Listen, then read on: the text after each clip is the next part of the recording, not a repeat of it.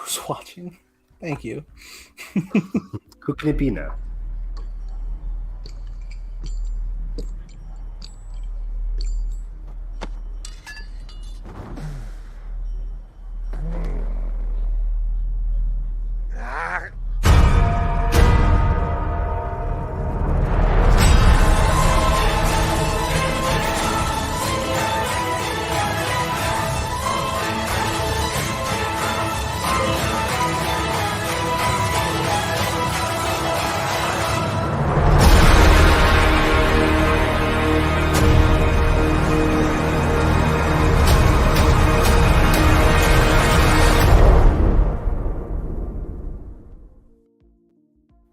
We're back. All right. Yes, we are back with episode number 76 of Hyperspace Hype.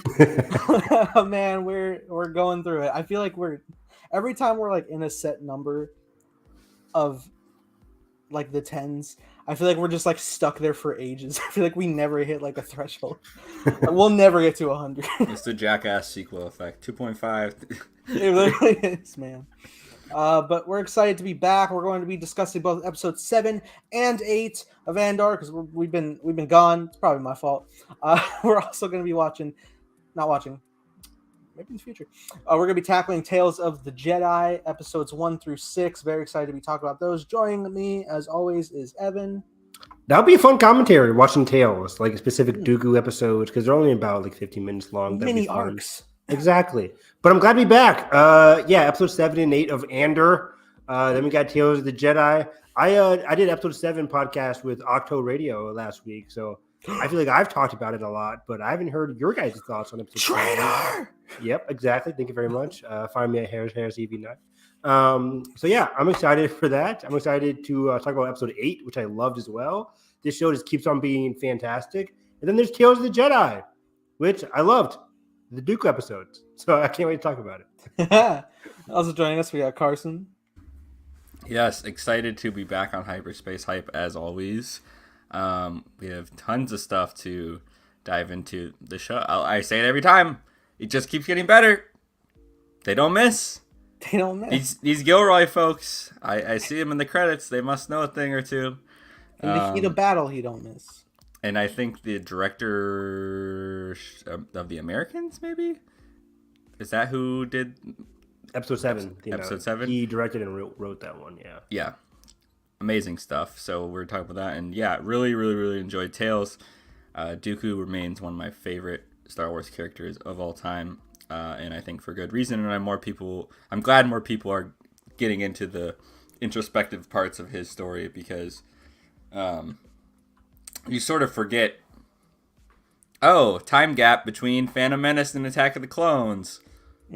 A lot happens in terms of Dooku's sort of allegiances and obviously where we ultimately see him end up.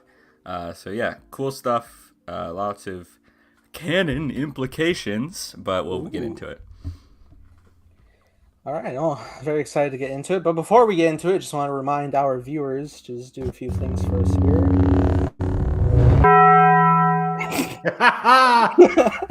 Ain't no way. No way. That's amazing. I'm going to hell.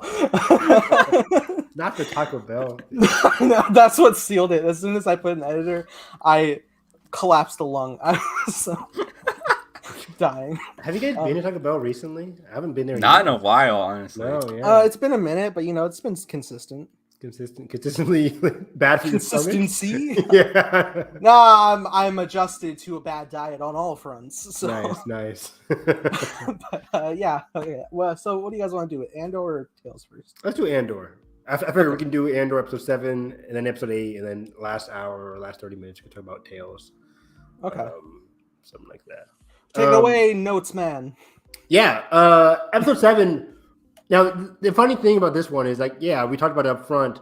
This was written and I think directed or maybe just written. I know for a fact it was written by Stephen Schiff. Written for the screen. Written by Stephen Schiff, who wrote, directed, produced The Americans, which is my favorite show of all time, favorite drama at least, Western. I don't want to talk about anime; it gets complicated. Western, but I got to clarify between best shows from America, best shows from like anime. Okay. I thought you were saying The Americans is a Western. I was like, huh? No, but I'm like watching television, like Anyways, complicated. Because in other words, like Attack on Titan, best show every year. But anyways, I adored this episode. It had probably the best dialogue out of the entire series thus far, even episode 8, because it was just so loose, so meticulous with the writing in this episode. Every character had phenomenal character beats and character moments. And it felt like I was watching an Americans episode where everybody's so sharp and tense and still at the same time remaining fun as well with the whole Neamos action beat that we got here. I loved everything about episode 7, the announcement. And we start here with Cyril eating cereal again with his mother, Mother from Hell. I forget the actress's name, but she is fantastic. She immediately talks about how his collar isn't the right collar because this is his first day at the job, his new job, thanks to his uncle. The man's screaming for approval. Look at me. Exactly. Or I don't know if he's actually screaming for approval. I think he's always trying to. Well, that's what his mom was saying. Yeah. Oh, yeah. Yeah. You're right. Yeah. Just based on the action of getting tailored. The suit. Yeah. Getting tailored. It's like it screams approval. Good point. Yeah. I think for Cyril, he despises, he doesn't despise his mom. I think he loves his mom. But it's the actions of these mother characters in Cyril's mother and then Cassian's mom and how they shape their children. It's very interesting. You made me this way. Basically, Cyril is kind of like a byproduct of his mom, even though he's rebelling in his own little way, right? Like he's talking back to her a little bit. He's getting the suit tailored. He's doing things that, his mother finds disappointing, even though they both love each other in their own weird way. And I compared this to Andor, who is rebelling unbeknownst to himself against Marva in a way. We'll talk about it later on when the Marva and Andor scene. Mm-hmm. But Marva is actively trying to rebel, and Andor is not pushing her away, but pushing the idea of rebelling away. So they had this conflicting relationship while they still love each other. Very similar again to Cyril and his mother here. But what I liked here at the end of this scene is when Cyril's looking at the TV and he sees the news announcement of the Aldani mission, and he becomes entranced by it, and it's really going to stick with him in this episode and then episode 8 as well. Episode 7 announcements, basically just a whole episode describing the consequences of what happened on Aldani. Episode 6, every character is just trying to put together the pieces, or their convictions are a bit challenged through what happened on Aldani, and I loved everything with Luthen, Mon, and Dedra. I just Dedra a lot of stuff. Yeah, for sure. This episode, and it makes it clear why they put this character in the show now, because there's so many. I love seeing the ripple effect between. I think what's the initiative? PORD. They come up with some stupid PORD, the Public Order Resentencing Directive. Yeah, and so it's this whole thing, and that is we're cracking down exactly how they want to. We're falling right into their hands. All this stuff, and it's interesting to watch her navigate that. Simultaneously, it's interesting to watch how the rebel side has impacted different people, and we see that it's impacted in his mom in a way. It's impacted Ferrix differently. It's impacted Coruscant differently. So you see both sides of the coin sort of impacted by Aldani, and some are just they shouldn't. You see the high up Coruscant people what business on fair? Or they're just very look at this view in the wind. I think it's episode 8, but Yeah. But you see it's very different impact, where one thing it's we got to get enough votes to resist this, or this is my prison sentence is getting significantly expanded. Yeah, exactly. Yeah, people are getting affected in different ways here. And I love this. Did you guys know that was Yularen in the meeting here up front? I think I had suspicion. I wasn't 100% sure, but that is confirmed. Yularen. Yeah, that is confirmed. Wolf Yularen. And that in itself is very interesting to discuss, because we last saw Yularen, depending on what you're watching these days, but He was in the Clone Wars as an ally to Anakin Skywalker, of course. He was the announcer on the Clone Wars. War. He was also in Rebels with assisting Agent Thrawn in season 3 to track down what was his name? The guy with the chops on his face, the rebel fulcrum. Agent Callus. Yeah, there Callus, it is. right. Mutton chops. He just mutton said chops. chops. I was like, I didn't know. I didn't know what they were called. I forgot what they were called. Mutton chops. And then also, movie wise, a extra on the Death Star in the New Hope in the Tarkin meetings. Exactly. Yeah, I guess that was his first scene. Yeah. Yeah. He was like, "This is a vague mustache enough guy. Let's go." Yeah, that works. Yeah, sure. Same with them taking like the fucking bald dude from behind. Like, yeah, he's in Rogue One now. Here we go. Exactly. Excuse me. It's very interesting because people are like surprised, but we've seen Yularen like rise the ranks, and if he's gotten to this point within the Empire, especially in Episode 4, we know he's had to have done some bad things or just succumb to the Imperial regiment in a way, which is tragic to see. But a lot of people that happened to a lot of people where they're just succumbing to the system that Palpatine has put in place, and he was a very rules and regulations guy in the Clone Wars, and it tracks that it follows the same way into Andor and The New Hope. And Rebels. Yeah, I feel like he was a very devoted like guy of the Republic. That like he'll seamlessly transition to the Empire. Exactly.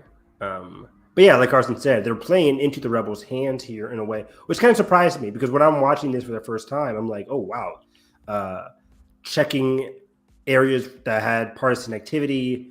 Resentencing a lot of people, other jargon there. Basically, they're cracking down, putting the hammer down on a lot of people.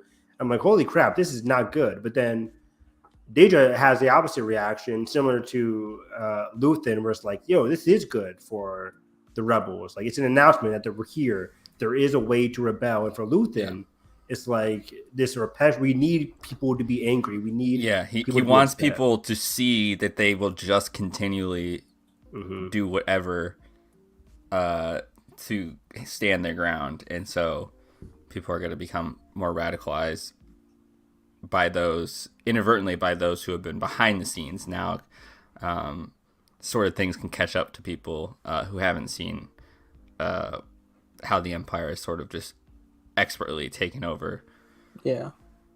Exactly. And then we get one of my favorite scenes in the episode, where we get the Luthen and Mon conversation. Yes. Yeah. So Mon comes to town. Basically, she's very upset because she hears about the whole Aldani heist. She figures it's Luthen. Luthen's flat out denying it, of course. Well, I think it's also like fun. They're back and forth. They're trying to like standard the guys of just like still being like a seller and buying art in front of the driver outside. Yeah. She's like, don't tell me this was you or something like that. And he's just like, oh, hi, Mon. It's like, would you like this artifact? And some more pieces back here. Let's take a look. And then she goes, the garrison on Aldani. She goes, this way. We heard about it, yeah. Come over here. Snappy news. Meanwhile, they're intercut with the driver, who we know, of course, is the spy. Yeah. Just outside hearing like the traffic of Coruscant. You really can't hear anything except the flamboyant gestures of Luthen, who's just like, oh, and hey, it's great because like to the door, like Mon's back is to the door, so she can like speak freely while Luthen has to keep being like, oh ha, so jovial, like, oh, exactly. You know what we were entering into. Yeah. I mean, this is what's so cool about this show is that like we're getting the birth of the Rebel Alliance here. Luthen and Mon are both high-ranking figures. We'll see another high-ranking figure in episode 8 with Saul, but they're a house divided. It's not smooth sailing within the Rebels right now. They both have different ways of doing things. We saw this teased earlier in the season.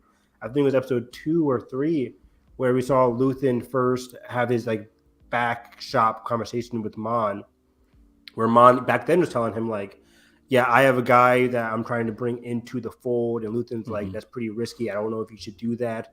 And now we're seeing it more so in Forest here, where Luthen's like, I told you, we're building a network, and the network. That's what she said. She said, I thought we were building a network, and What were my words?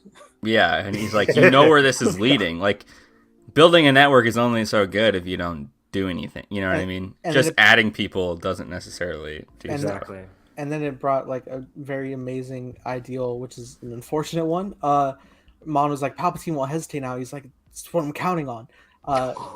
Basically, he's bringing forth more like harsher oppression on the whole galaxy so that the galaxy sees the Empire for what they truly are, so that they will stand up and join our ranks. Bingo. And that's what Luthen says here is like, we've been under the Empire for so long, they're choking us without us even knowing it. Like, he wants people to realize that they are being choked right now. They're gasping for air, and he needs to know the oppression. There's a quote here where he says, like, has anyone ever made a weapon that wasn't used? The network is up. It needs to be used. We need the fear. And Mon's just like, this, you're going like too far. And I like how they're both doing different things here. Mon's advantage or her specialty isn't in the Luthen approach. It isn't in the like, we're gonna blow things up. We're gonna go through this big spy mission. We see her advantage in this episode, where her skills in this episode are her social game, her networking is very good. Contrary to Luthen, who doesn't want people, Mon is actively wanting people to join her cause through her words, which is something that Luthen isn't really good at. But yeah, this is important because like revolutions, he says here, revolutions are expensive. They need the money. So right now they're just divided because they need different ways to get that money. And it's just very interesting. Again, the rebels are still divided. The less extreme differences where he's like, it is a different gap between Luthen's methods and Mon Mothma's methods, and then you have Saw Gerrera out in left field. Yeah, exactly. Who's hiding in a cave, and we see that in episode 8. But I'm just scrolling through this episode now, and I'm like, I forgot how many banger scenes there are in this, because episode 7 is banger. Oh, the social scene. If the social scene wasn't followed up by the Cassian and Mom scene, it would be the best scene of the episode. It's so good. Wait, what scene? What social scene? The social scene where she's trying to recruit her friend. Oh yeah. That scene's fire. It's really good. One of my favorite meme images going around, screenshotted from the subtitles, just like anxiously smile. But let's talk about Cyril kind of getting his job here. Yeah. Cyril's walking down. He says, "I don't belong here." Basically, like, I was fired because I was doing my job the right way. I did two guys died on me. I did my job and I was punished for it. And the guy's basically like, "Yeah, sure, whatever." Anyways, so yeah, he's like, "Anyways, we have a job here." Yeah, sure, Jan. We have a position. Yeah, whatever. Your uncle vouched. Sit here. Come on. Exactly. Here, maybe you can rise your way to the top. Eyes down, basically. Do your shit. Do your shit. And he's gonna be working in the business of data and standards here. I half expected this man to like suddenly get a report that was like, "Oh, it's Cassian. I must act on this." But no, they do it much smarter. I love the implications. Exactly. He's like submitting before. Did you catch that in episode 8? It's like, You're saying there was a contingency between the oil refinery, like, because he's in the oil thing or whatever. Yeah, he's in oil and fuel. So he's like, oh, like, so much data I had access to. Man, it's wild. Like most shows we follow with a set of characters, we have like plot A and plot B, but like we're going all the way to like plot E and F. Like there's so many different sides. Yeah, because the scene after this, we get the meeting with Clea and Val. You do know that's Clea, right, Nathan? Now, listen. Wait, you thought this was a new character? Yes. Yeah, because her hair was down. Oh, goodness. It's the Clark Kent effect, baby. No. Nathan honestly is like, he's a reporter. They're like, "Oh, Clark, I just saw Superman back there. You look totally different." It's like, what was that one actor that I could not for the life of me? I kept thinking, "Oh, that looks like so and so." I don't remember. It was on one of our podcasts. James and Dave Franco. No. Anyways, yeah. We get the great Clea and Vel scene. Just the sequence of Clea just going through the Coruscant corridors, tracking down Vel was really fun to watch. And sort of her having to like make the tough calls. Like she sort of has to keep Luthen in check, which I love that. Of like, Cassian is a contingency now, which is so interesting. I can't even talk about that because their relationship is very intriguing to me, especially when I rewatched it. I'm like, obviously, Who's in charge for real? Obviously, Luthen, I think, is the one in charge here, but I think the more he doubts himself, the more Clea has room to be like, no, we need to focus on this. Is she the bad angel on his shoulder, or the good angel? Or just somewhere in between, the gray? It's like, I don't really know what's up there. I'll talk about it in a second there. But yeah, Clea meets Vel, and this is fascinating because we see Vel. Now, contrary to Nathan not knowing who Clea was, I was like, is Vel a new character? For a split second, when I was watching it for the first time, episode 7, I'm like, is that somebody else?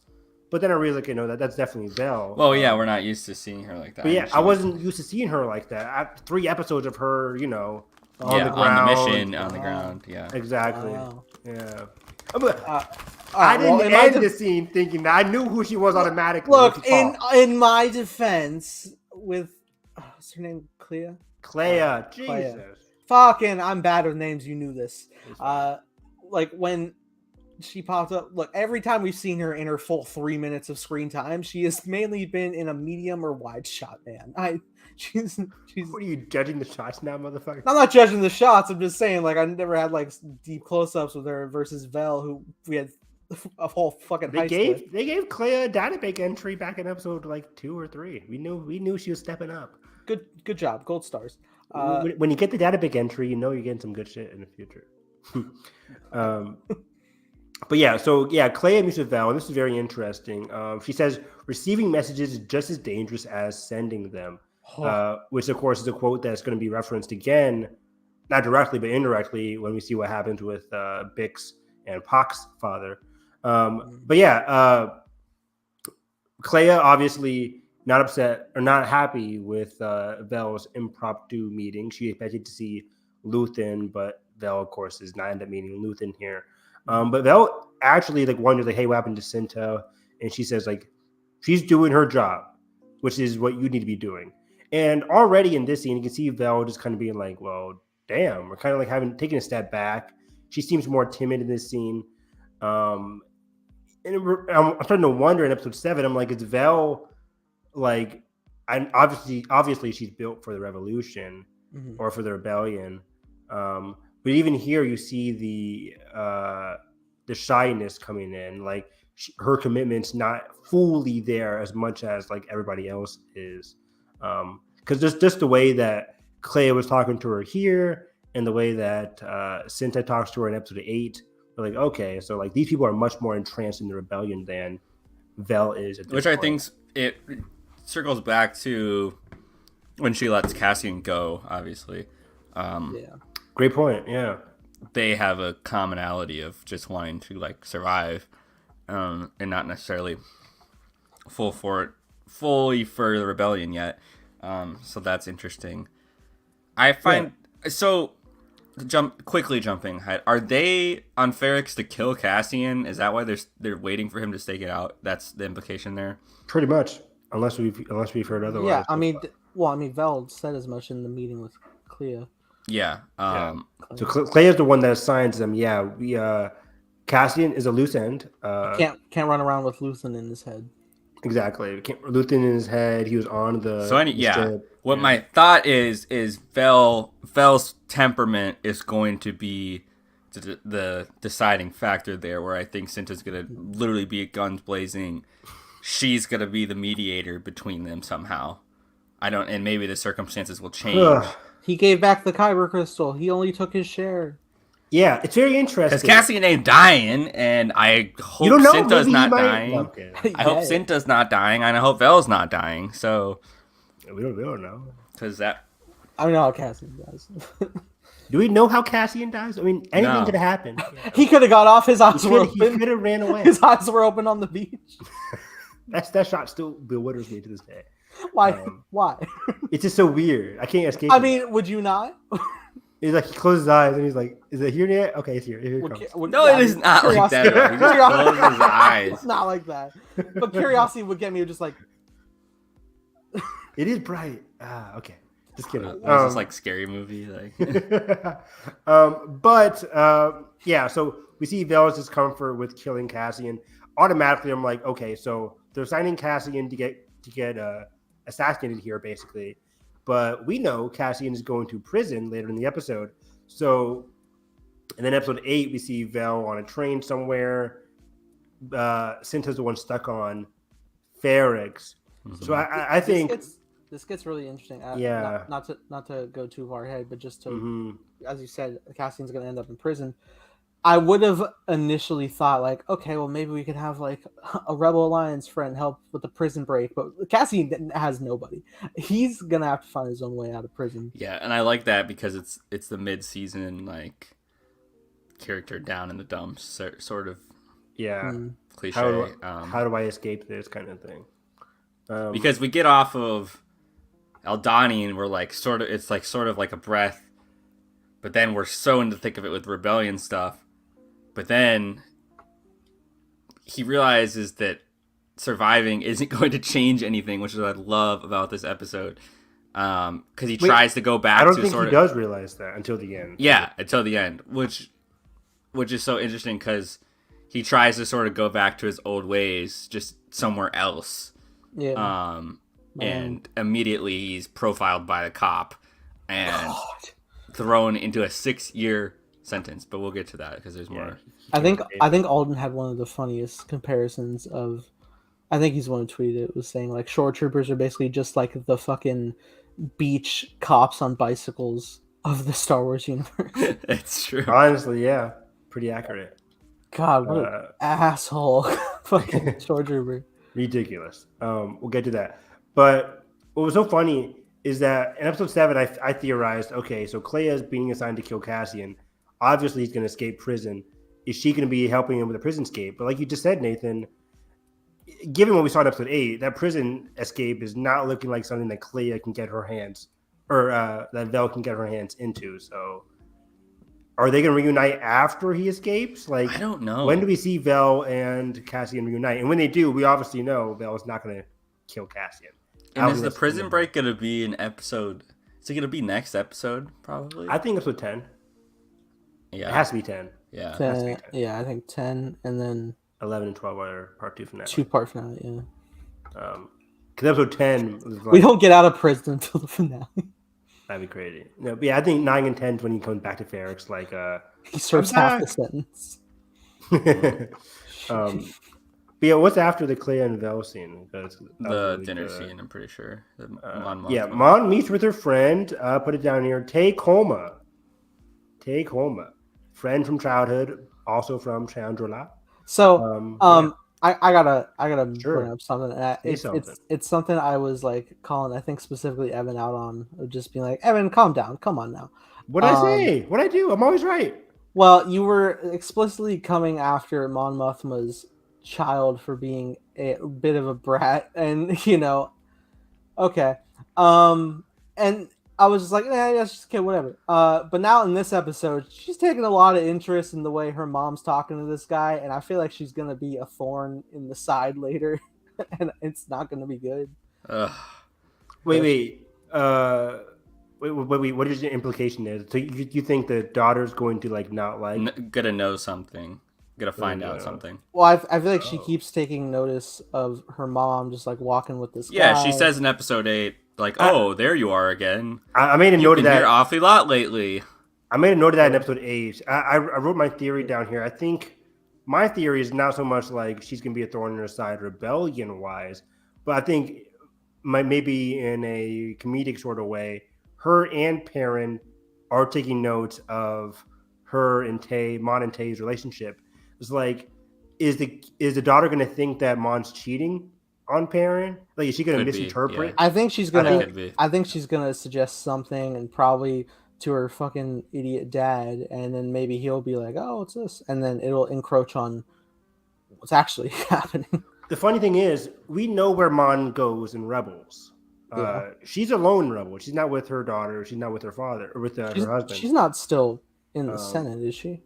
In Rebels, she had recently just left the Senate. Just left. Yeah. Okay. What we see in season 3, at least, when the rebels first meet Mon to take her away, and she makes the big grand speech. Okay. that she's officially gone, that she officially declares her rebellion against Palpatine. Yeah, because everything about her at that point really does scream like she's not in her high royalty life anymore, and probably not of the same budget anymore. Exactly. That's why we're stealing hammerheads. And it was a big moment in season 3, and it's a big moment for the rebellion. But what happens to her daughter and husband? Are they killed? Are they just? Does the husband take the daughter and just go back and stay on Coruscant? Does she leave them? Given the trajectory of their arcs in this season, I can't picture Mon leaving her daughter, especially like by giving us that dinner scene, or not dinner scene, but that scene earlier in the season where she's the breakfast scene where she's just like, "You're really hurting me. It's really hurtful." It's like she cares for her daughter. The show is trying to tell us that she cares for her daughter. Yeah. It would feel really weird for her to be like, "Peace out, fam. I'm gone. Go rebellion." No. So I can see the father taking the daughter away. It would, but she wants a better world for her. That's sort of the crux of her character, is the ultimate sacrifice. The ultimate sacrifice. And that's what she kind of imbues in this scene of like, I have a family fortune. I need to access it. She doesn't say that, but I'm raising money. Don't ask for what. Mm-hmm. Can I trust you? She's sort of crossing the line. It's like Walter White, but good. Yeah, you're not wrong. Yeah. It's like, it's all for the money. It has to be for you. Yeah. Somebody should say, like, "Where's the money, Ted?" Instead of like, "Where's the money, parent?" Ted's dead. Tim's dead. Tim. Yeah. Rip Tim. Yeah, but yeah, so the take home of it all is very funny. When I was rewatching it, it was very funny to see how he comes in. He's automatically like entranced by the glamour of Mon's new estate. Like he says, like, "Oh, you've really grown since you've left Shandela. Like you have this luxurious apartment. You live on Coruscant." And based on all of like her scenery and the setting of her house, he automatically thinks that she's with the Empire because she is being like given all these gifts from the Empire or just from like and where her she's associates at. Her associates. But what I love is how she just turns the table on him and she's just like, "No, this is all pretend." You're just telling her everything to confirm that you're the guy. Yeah, which is great. When I first saw it, I was like, okay, is he going to be so like pro Empire and she has to change his mind? But I like that he's like, we're a little extreme for your politics these days. And she's like, "Ha!"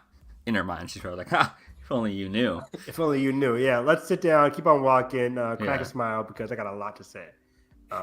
Do we have the quote? It's the iconic one where she's like, the stone in your back, but it's like a weapon in your face, something like the knife in your throat. I don't know what it was, but it was very good. And she's saying basically like they won't see what's hidden beneath the surface, basically with what she's doing.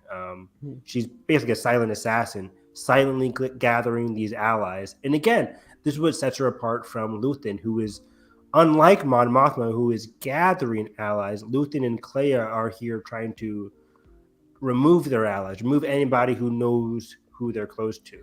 At least in episode 7, because episode 8, Luthen is talking to Saul about like we need some people to work with. So Luthen really does feel like the middle of the Venn diagram between Mon Mothma and Saw.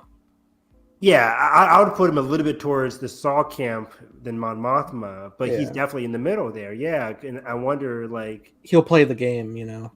Saw's just like, "Nope, go." I love this line here. She goes, "It appears to be one of my another benevolent and useless irritation," says her husband wants over. And then she goes, he is not to be trusted. Da, da, da, da. It's gold. Perfect. The writing was so peak for Mon Mothma here. Every word that she was speaking was great. Oh, yeah. But yeah, Nathan, I'm very curious to see what happens to Luthen. I'm on that track right now. It's like Luthen is in the middle between Mon and Saw. We know where Mon and Saw eventually end up, but where does Luthen end up? Like he's not in Rogue One. He's not in Rogue One. What's his purpose here? I think he's here to be like he is an integral part of the early rebellion, and he does have bits of Mon and bits of Saw. But where does that lead him? We'll talk about it in episode 8 in terms of his insecurities and if he's slipping. Luthen will be Andor's Uncle Ben and put him on the path of rebellion. No, probably not. But like, I mean, I do think Stellan might die a good death in season 2. Just the big tragedy in the series. But yeah, again, going back to the whole Mon and Tay conversation, it was just very good seeing her slowly build him up without really revealing anything that she's cooking. What is she cooking? That's Tay's question to her, basically. Does he know? Does he know? No, he doesn't, because Mon Mothma isn't telling him jack shit, which is great. She basically like just keeps smiling. But I'm constructing a Chandrillan charity fund, and I want you to be in charge of it. Basically, is what she's telling him. So he can be in charge of this Chandrillan charity organization, which is basically a front for the money from her parents or from her, estate, family fortune. Yeah, her wealth. Basically, like in terms of like Breaking Bad of it all, it's basically how he used the laundromat for washing the money, cleaning the money. God, it's so fucking on the nose. Exactly. That's so good. So I think in this sense, the Chandrillan charity thing is a way to wash her secret stash of money. Yes. Which is great. And it just these things in Star Wars that were like, these are some high level espionage shit. I just love talking about it. Yeah, and it gets like so up and close to like whispering. I'm like, this is the shit great. I wanted. This is what I wanted from Andor. Exactly. Like I'm watching this with a huge grin on my face because this is why I was so fucking excited to watch Andor. These little spy espionage moments, whispering, gathering allies in front of a huge party. Luthen's over here doing these big, extravagant missions. Like this is straight up the American. Oh, and what's her name? The actress Genevieve O'Reilly. Yeah, so good. Like it's just, why is she not? I mean, what has she been in? Like I feel like criminally underrated actress. We need more of her. Yeah, we definitely do. Yeah. She gives me a Kate Blanchett vibe. But yeah, we did miss a scene. Season 3? We did miss right before this is Cassian's arrival to Ferrix, where he checks in with. He does the first check-in scene with his mom, and he's like, "Oh, we got to go now." Oh, let's skip over that. Yeah. Because it's not the big emotional scene yet. It's just like you startled me. Like, she puts the tea on. Yeah, he's like, oh, I did it. I won big. We have a chance. We can go anywhere. And there's so much hope in Cassian's eyes to just help his family to just get out, start a new life, and you hate to see it. You hate to see it. She's pissed. She's like, you shouldn't be here. They've taken over the hotel. And then she tells him about Tim. It's like, Tim, what? That motherfucker. No, I'm kidding. But yeah. And B2 is just like a fucking like happy puppy, just happy to see him every time he walks in. Gosh, and he's so optimistic. He's like, I got lucky. Like, it's all over. And it's like, no, it's not. God, and I know where you go. It's so great, though, because like this show is deliberately and meticulously taking his time with Cassian's arc. Yes. He isn't just finishing the Aldani mission, reading. And boom, radicalized. It's yeah. He's going to read through Nemec's book and be like, you know what? This is for you, Nemec. No. He hasn't uttered Nemec's name at all since his death. Like, he is fully on board just Team Cassian and Team Cassian alone. And Team Marva, as we see in this episode, because he wants to take her with him. Yeah. But yeah, the Cassian stuff in this episode is peak because it's really everybody else we talked about is having their ideas, their convictions challenged through the Aldani heist, like Luthen, Mon, Clea, Vel, like what's next for them. Meanwhile, Cassian, who was involved in the heist, comes back to Ferrix and acts like it didn't happen. He is actively trying to downplay the heist and say, oh, it's just a petty robbery. Like, no, Cassian, this is, like Dedra said, bigger than you. It's an announcement. It's bigger than you, but he's not actively trying to see it. And we'll get to it in the later Marvel conversation, which I love. Yeah. But in this one, he's coming home and he's like, yeah, I have 30,000 credits. I found our way out. You, me, BB, whatever his name is. B2 Emo. B2 Emo. We can leave. Genius. We can leave here. He's actively trying to run away. And already we see Marva being like, I don't really want to go right now. And it's so good because like at first he starts off just like let's take whatever we can carry, but then when she does it, he's like, oh yeah, what am I thinking? Like it's late, you're tired. What am I thinking? First thing in the morning, you're just tired. You can get your rest. He's so genuine. And he's so loving towards her, innocently, and it's really beautiful to see because he's so innocent in that way. Innocent in a number of ways because he tries to again portray this robbery as like a petty robbery.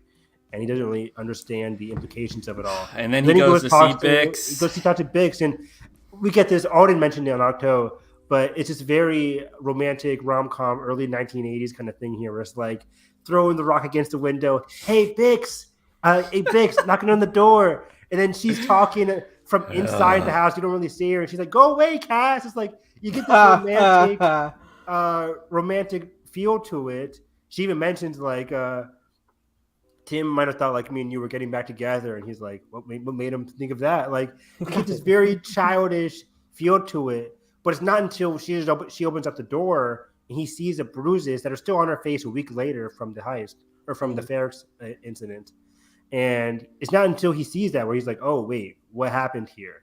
But even then, as Biggs is talking to him about like people blame him, people blame you, like he doesn't really understand. He's actively fighting back. He even says like, your crazy boyfriend tried to get me killed and I'm the one to blame. Very funny line. But it's true because like he doesn't take responsibility. Yeah, he doesn't understand his own culpability yet. He says, if Tim did this, and she's like, if Tim, if me, if you, if all these if, ands, or buts. But this all comes down to she says this all started, you killed 2 corpos and came home to hide. You killed 2 corpos, he came home to hide, and Ferris had to pay for it. Damn.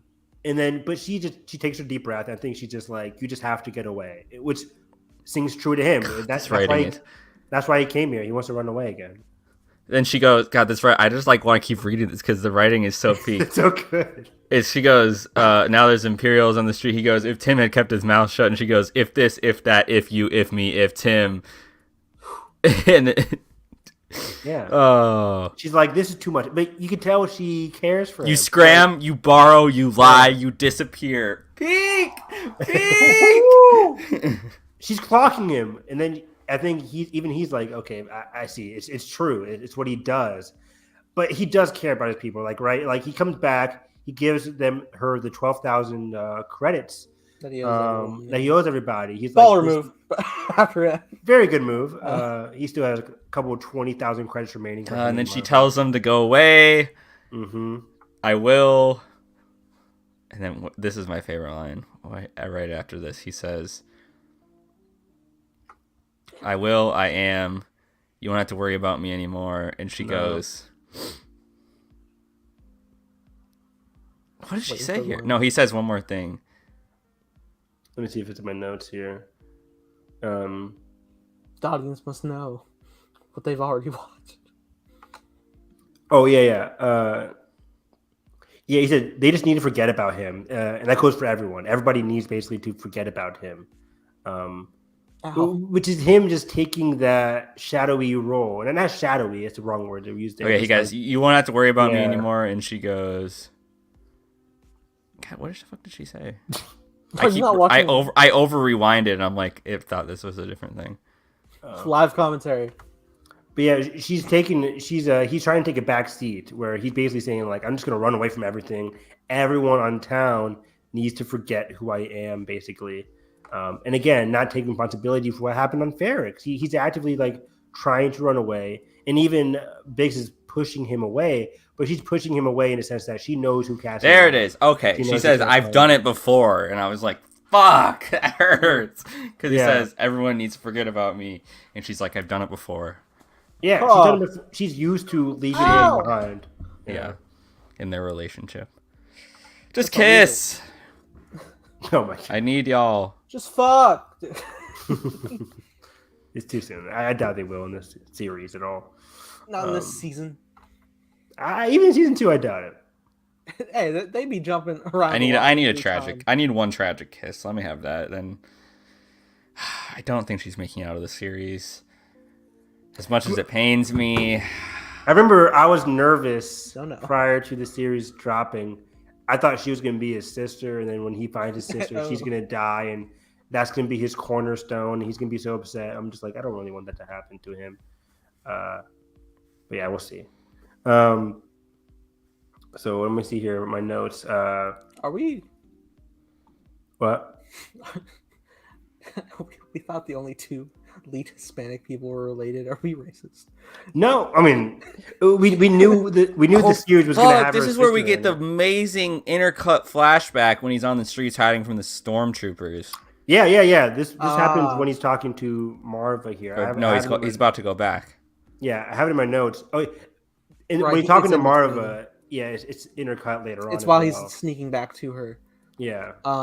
Yeah. So he's going through, and he hears the stomping of the stormtroopers. He goes to hide, and it's echoing in his brain. And then he flashes back to the clone troopers marching the streets. Yeah. And the people are rioting against the control of the Empire, and his father Clem is trying to de-escalate the situation, but he's caught in the crossfire and ultimately pinned for the blame, and is subsequently hung for his actions. Yeah, which is very dark. I mean, it's very. Let's break that down there, because his father and his father Clem and Cassian are in the sidelines. So they're not actively hitting the troopers, but but he runs out, and Clem goes stop, because someone throws a rock. He said stop. You're not helping anything. Then they turn around and see Clem standing there. So they see Clem standing there. So they assumed, and then he's part of course, intercut. He's hanged. Keyword, they were hanged. We see that in the end of this episode. And then we get this beautiful, probably one of the best scenes in the entire series, conversation with Marva and Cassian that goes along with the whole Clem scene, because Clem gets hit for something that he was actively not trying to rebel in that moment. He was trying to save as many people as he could, and he was worried about what was happening, and he gets hanged for it. So in that sense, I thought Cassian was going to be more traumatized by what happened to him, and by what happened to him and Clem in that incident. But Marva is the opposite. What happened to Clem really galvanized her, and she's been like quietly rebelling ever since, or at least she's been trying to. As she mentions to Cassian, I don't have it in my notes, but just from my memory, I remember her saying like she was going to walk down the road to where Clem was hanged, and she didn't have the courage to do it anymore until she always took the long way home, so she didn't have to think about it. Perfect. Yeah, exactly.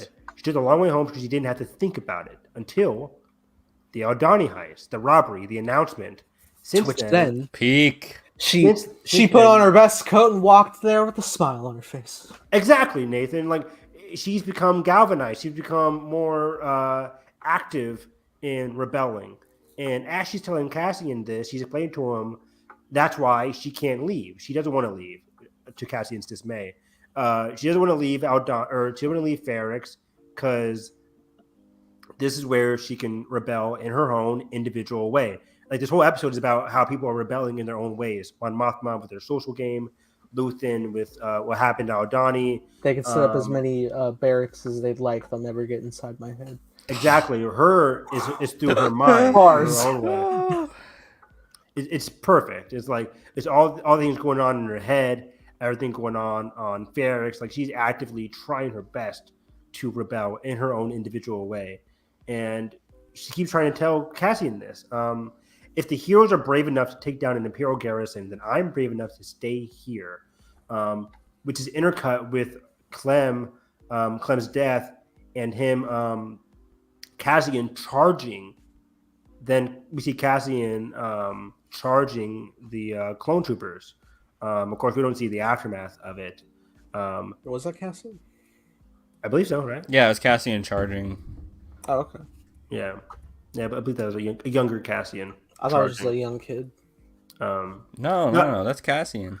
I took it as Cassian. We talked about Onto Radio. We thought that was Cassian because it intercuts with. But as we see Cassian charging, it's intercut with Marva saying, if they're brave enough to stand against an Imperial garrison, then I'm brave enough to stand here, what I just said. And I think they're intercutting with that dialogue specifically because that's Cassian who was brave enough to stand against an Imperial garrison, and that's Cassian in the flashback. So it's like it's doing two things. It's Marva indirectly saying, Cassian, you were involved, even though she doesn't know. And it's also saying, Cassian, a long time ago, you were brave enough to stand against the troopers too. I know why it's confusing, Nathan, because in the first flashback, it's grown up Cassian, but it's just that's just a device to put him into his memory. So exactly. it's sort of like Harry going into the the time thing.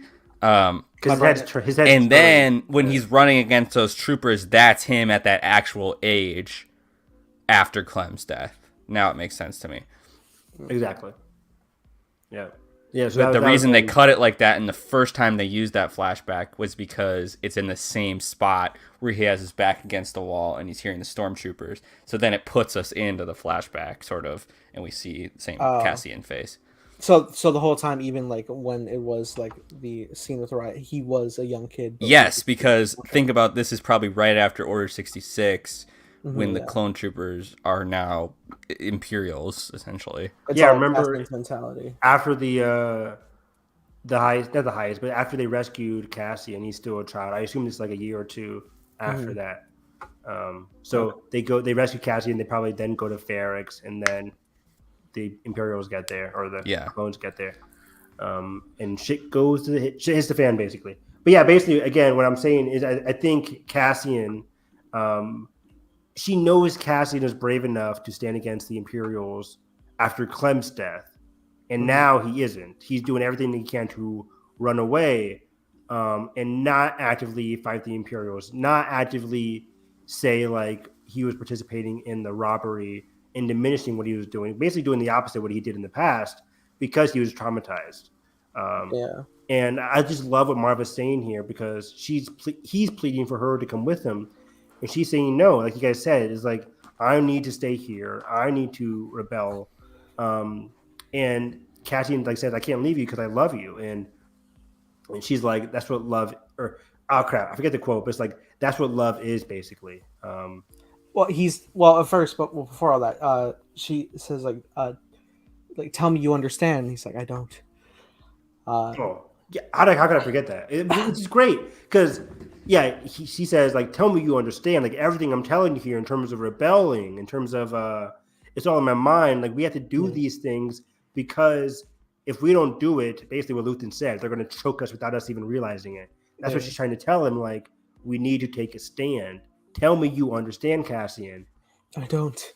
And then she starts to get teary-eyed, but she gets teary-eyed, and she's like wrestling with herself. But you will, and we know he will. We know he will, and she knows Cassian, so she knows he will as well. But I love that she's so loving and caring. When he says I don't, she's like okay, and he says like she doesn't push or anything. And he even says later like I won't be able to stop worrying about you. And she said that's love. That's love. Nothing you can do about it. Exactly, that's the quote. Yeah, thank you. It's like that's love. Like you are always going to care about the people that you care for, that you're always going to love. But in terms of love, you also have to let them do their own thing. You have to let them live their own life, have them come up with their own decisions. Which is why I think she's willing to allow Cassian to walk away, to run away. She even tells him like, "You can't stay here. It's too hot basically for you right now. You have to go.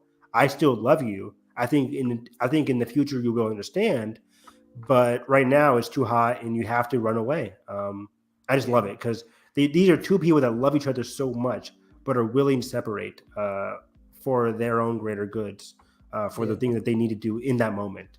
Similar to Bix, where Bix is telling him like, the town hates you, but you got to go. Basically, like, this isn't safe for you. All the people that he's close to are telling him that he has to leave. Let me see here. Oh, and then before he leaves, he says, also stop searching for your sister. She isn't your responsibility. Does she know? I think, does she know? Which I think is very interesting because this is taking place after the conversation about him denying what happened on Ferrix. I think this is a parallel for, your sister, or Marva at least is saying, your sister, what happened there isn't your responsibility. But I think in turn, the writers are saying that Ferrix is, because of what Bix was saying, like everybody blames you. Ferrix is your responsibility because this happened because of you. So I think because of that, I think even more so, Cassian's going to come back in the season finale to Ferrix. Like he says here, he says like, I will come back for you. I will return. Yeah, I think you're right, Evan. Like a regular Anakin Skywalker. Yeah, he looks back. Which is unfortunate because we know she's sick. Yep. And then we get this scene. We can just shorten it here, where Dedra outmaneuvers Blevin, which is a great scene. It was actually a big fist bump scene. I was super hyped here because Am I rooting for the baddies? I'm rooting for the bad guy. What's makes the writing so good here is like, yes, Dedra. Like the look on Blevin's face when he gets like totally owned by Dedra. He's just like, he's so pissed. The little thing after the meeting. Well played. Well played. Watch your back. Exactly. Watch it back now. It's just great. It's the great social game that Dedra's working here, where she's putting in the work. She did all her connections. She has all the evidence, and now it's time to put her plan into motion, as we see in episode 8. That main guy is peak Imperial. Oh, what's his name? Partygas. For the moment, I'll be reassigning Sector Alani to blah blah blah. Seems it's become a distraction. Oh, Yeah, God, every morsel. He's so British. He's good. He's in Game of Thrones too. He's good as like what was he, Carson? The Like Maester or Maester, the something High like Septon. that. Yeah, I think Maester. I want to go with Maester. Alden would know. But yeah, then we get Space Miami. Neamos. The music is so good. Music on my is great. Spotify. Thank you, Nicholas Bertel. It was so good. Nice little resort. Nice little pad Cassian has right now. Mm-hmm. Great pad. I love how he's like hiding credits like up above in the Above the shower. No one's gonna, because nobody would look. Like, why would? yeah. Yeah, so funny. He's gonna pop out to the shop. It feels off. Like I love how it's friend. Like he's sort of like mulling everything in his mind. He's up early. Yeah. He's not really relaxed at all. He's running the water just so he can like secretly look through his credits and stuff. Yeah, like he's stressed. He's like counting them specifically to make sure he has just like the bits. He's so it's perfect because then he goes out to go to the store or whatever. Yeah. Get some milk. And I love the inference that these people are running, and he sort of naturally does a double take because he's like, "Oh shit!" But then he starts sprinting off too, and I'm like, "What are you doing? Sit down. Just sit down with the locals." Well, that doesn't even matter. And then profiled. Then you get the K2SO pops up. I'm like, "Yes, no, he's not turned." It's not him. You get the KX joy. Didn't have the right colored rings. But then he just chokes him. He hangs. He him. gets the wrong directive. Hang around with him. Hang around with him. Which I think is so poetic because Clem is hanged in this episode, and then we see him talking to KX Droid, who also, like Carson said, misinterprets and says "hang." So Cassian's getting hanged just like his surrogate father was hanged in the past. I'm like, this is poetic. It's so dark. Yeah, it's crazy. God, the fucking I'm not over the fucking asshole trooper. He's just like, you're part of it. Part of what? Them. I don't know what's going on. I'm just popping to the shop. Yeah. Are you running? Why would I be running? Because you're part of it. He's like, what are you doing? And then it was so funny. Calm down, sir. This is a whole dark scene, like him getting hanged, just like his father. And in the background, the people are running. And Cassie is like, "You want to go? Do you want me to wait here for you? Wait here." Yeah, I got it. But then, like the K2 unit is coming up, and it's like, "Oh shit!" And then he's holding 2 other people. Oh no, not like this. But eventually, so Cassian gets from a 6-month sentence to now a 6 years sentence. Keith Gergo. Oof. Fucking Keith Cargo, yeah. It's not even like a trial. It's just a sentencing station. There's nothing. And apparently, it's a crime to even like try to challenge it. I'm just a tourist. Yeah, this judge is literally just making stamps. Next. It's a cool looking system. It's no justice. It's just. But it all goes back to what Marvel was saying. Like, no matter where you go to hide, there is nowhere to hide, in a sense. Like, the Imperials will come crashing down on you. And again, this is a consequence for what he did on Ferrix or on Aldhani. Everything he's been trying to actively deny, finally at the end of the episode comes full circle. Yeah, puts him. It is not enough to hit them to survive. Yeah, and ignore your actions. You have to do more, otherwise it will only result in more consequences for not just you, but everybody around you. Yep, you can't run away from this, Cassian. You cannot run. Is this show making me a better person? Star Wars should always make you a better person. It should. And used to you just be can't, like, oh, yippee. you can't be neutral either. You can't be apolitical in a sense. You can't be, Mm. oh, I'm just gonna, I don't care. I just want to live my life. Like, that doesn't matter when you live under fascism. Like, Exactly. you're going to be impacted by it. We talked about this in The Last Jedi with DJ. Like, you can't be that kind of character where you're in the middle, which was somebody that Cassian was trying to be here in this episode. He was And if you are, run away. you're just as shameful and a grifter. So Exactly. DJ, of course, is much more of the darker end than Cassian. Of course, I'm not comparing those two. Well, I think it was servicing for Finn's arc to make the choice. Oh, totally. Exactly. Yeah. But in 1 hour win, let's talk about episode 8. Yeah. Probably Narkina 5. Another hour. Because this episode was a lot. There was a lot of great stuff here in Narkina 5, a lot of great surprises, and I loved this episode. So many great stuff here. So many great dialogue moments, too. Again, the dialogue of this whole series just peak. I'm a tourist. But the first image in episode 8 is a black guy in a prison car. Oh. And I'm like, this show, 1 second in, I know where we're getting in terms of like, black guy going to prison, something he probably didn't do either, just like Cassian. Yeah. And 3/4 of the people going to this Narkina 5 prison are all people of color. I'm like, this show isn't trying to hide it. Like, the Imperials, it's so meta and so modern. That's why I love this show so much. It's in your face political. I just love that. Literally in your face, because again, the guy was in it. Cassian's like, and what's the thing with them asking about the planets? Was that just for like, if they were like alien, they had to go somewhere else? Because someone's like, where are all the aliens? Which I thought made sense, but like, good point. Palpatine is notoriously discriminatory against species. Oh yeah, because I remember I didn't take notes of this, but Jalen and I we were watching that part in the episode where they're going to different prisons. And one of the prison shoutouts is from the Old Republic. I forget what that prison's name is, but it was something. But my thing is they separated them by where they're from because they would know, like, if I don't know, and so then it's all human laborers at the. Because you would think there'd be at least like one alien character, you know what I mean? Of course, yeah. Like there's just none, so it's very interesting. Not at all. Maybe in the next. Floating ship.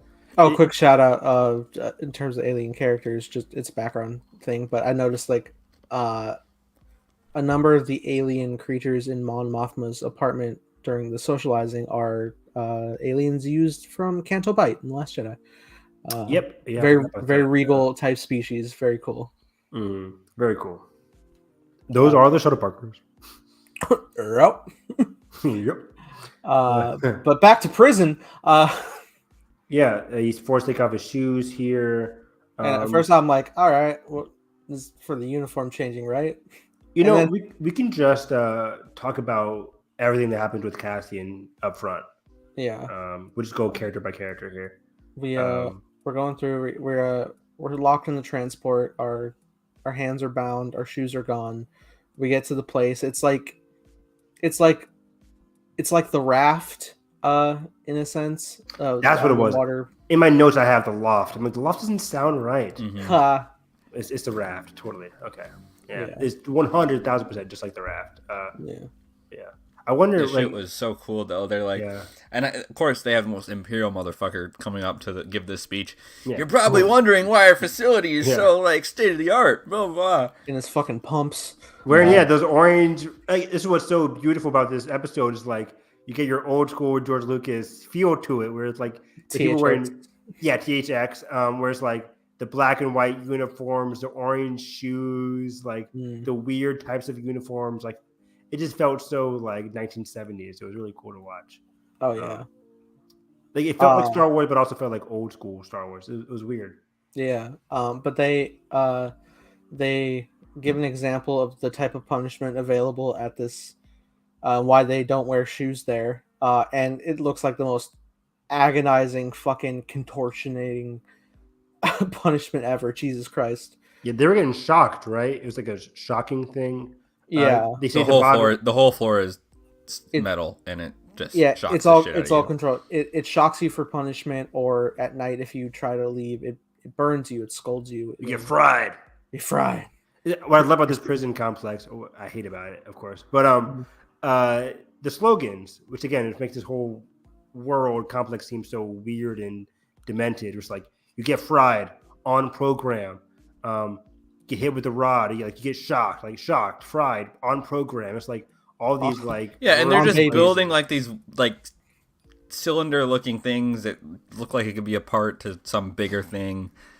Oh, I'm sure they're using them. It's literally cog in the machine type vibes, you know. Yeah, they're definitely using them for manufacturing. I want to talk about the scene where they bring him to the workroom. Yes. And they do this whole thing where a guard is like not on time or something.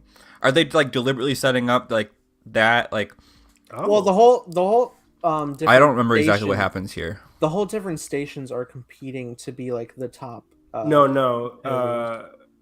Garza was talking about before that, but when he first gets in there. Yeah, but I think it's all connected in the different subsections of the prison. Yeah, exactly. Yeah, because I think one guard was coming from a different section saying like, "Oh, I'm late because I was on another duty."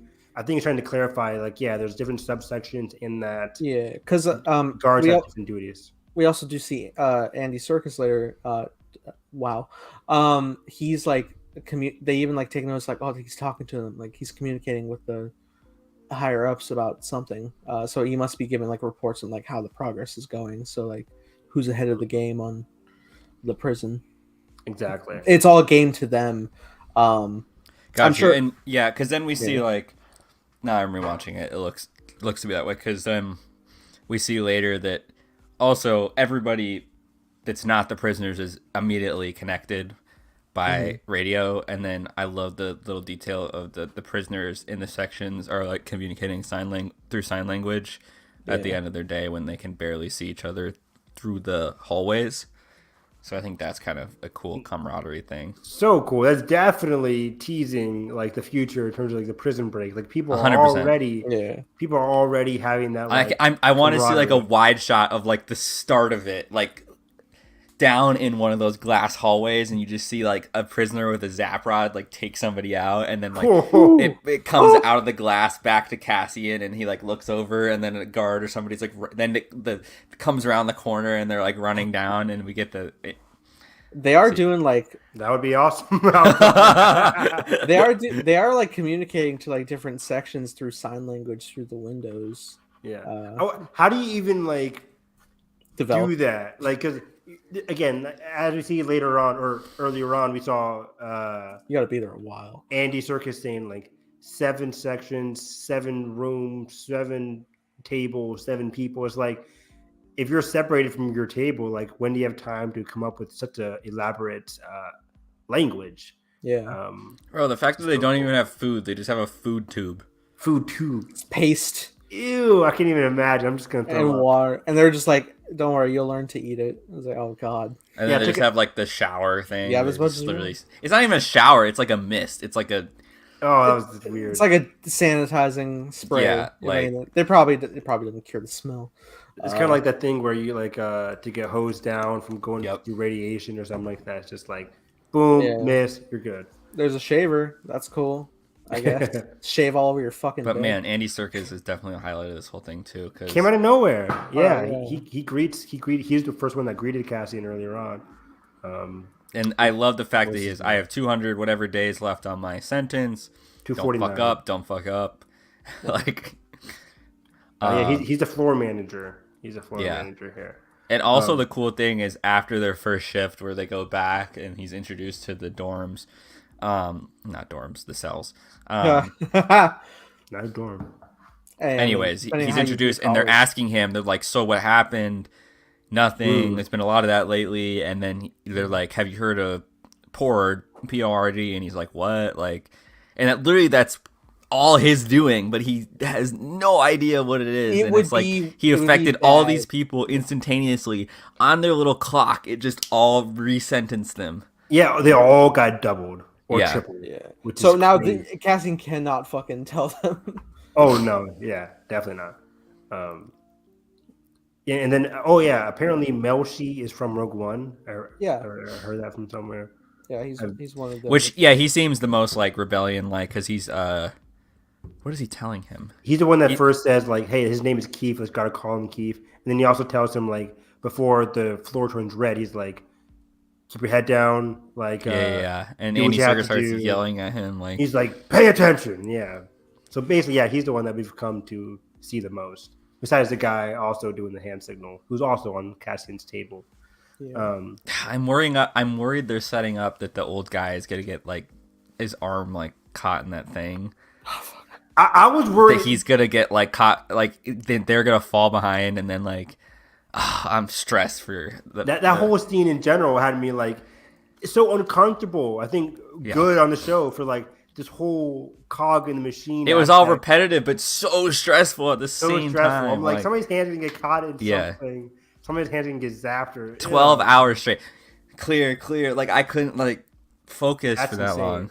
But let's talk about that. So this whole prison complex is breeding competition because earlier on, They're like, oh, they put them on sprints. They're like, all right, we're cutting. Yeah. You're not meeting productivity. We're putting you on sprint. Yeah, and it's interesting the different like wins and losses. Like the top team, in their food they get flavor, and shit like the top that. team gets taste. The top three Taste. get flavor. I'm like, oh god, it's we're so fighting minimal. for flavor and taste. Like, And the least successful group gets punished. gets punished. Yeah. You get fried. Yeah, which is or zapped or whatever. It's just That probably. it's not good. Not good.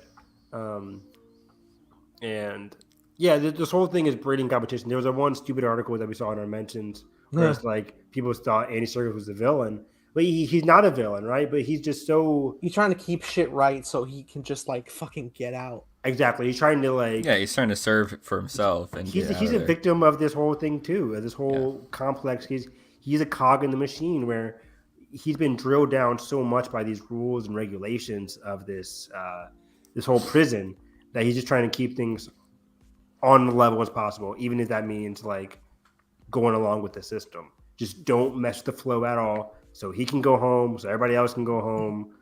It's not great, but we're in a prison. There's but not they're much gonna else be- you can do. And it harkens back to like the whole thing of like, for those of you who've been here before, like that cycle's never going to break. Like as much as he's going to get out in 200 days, he'll be back there probably.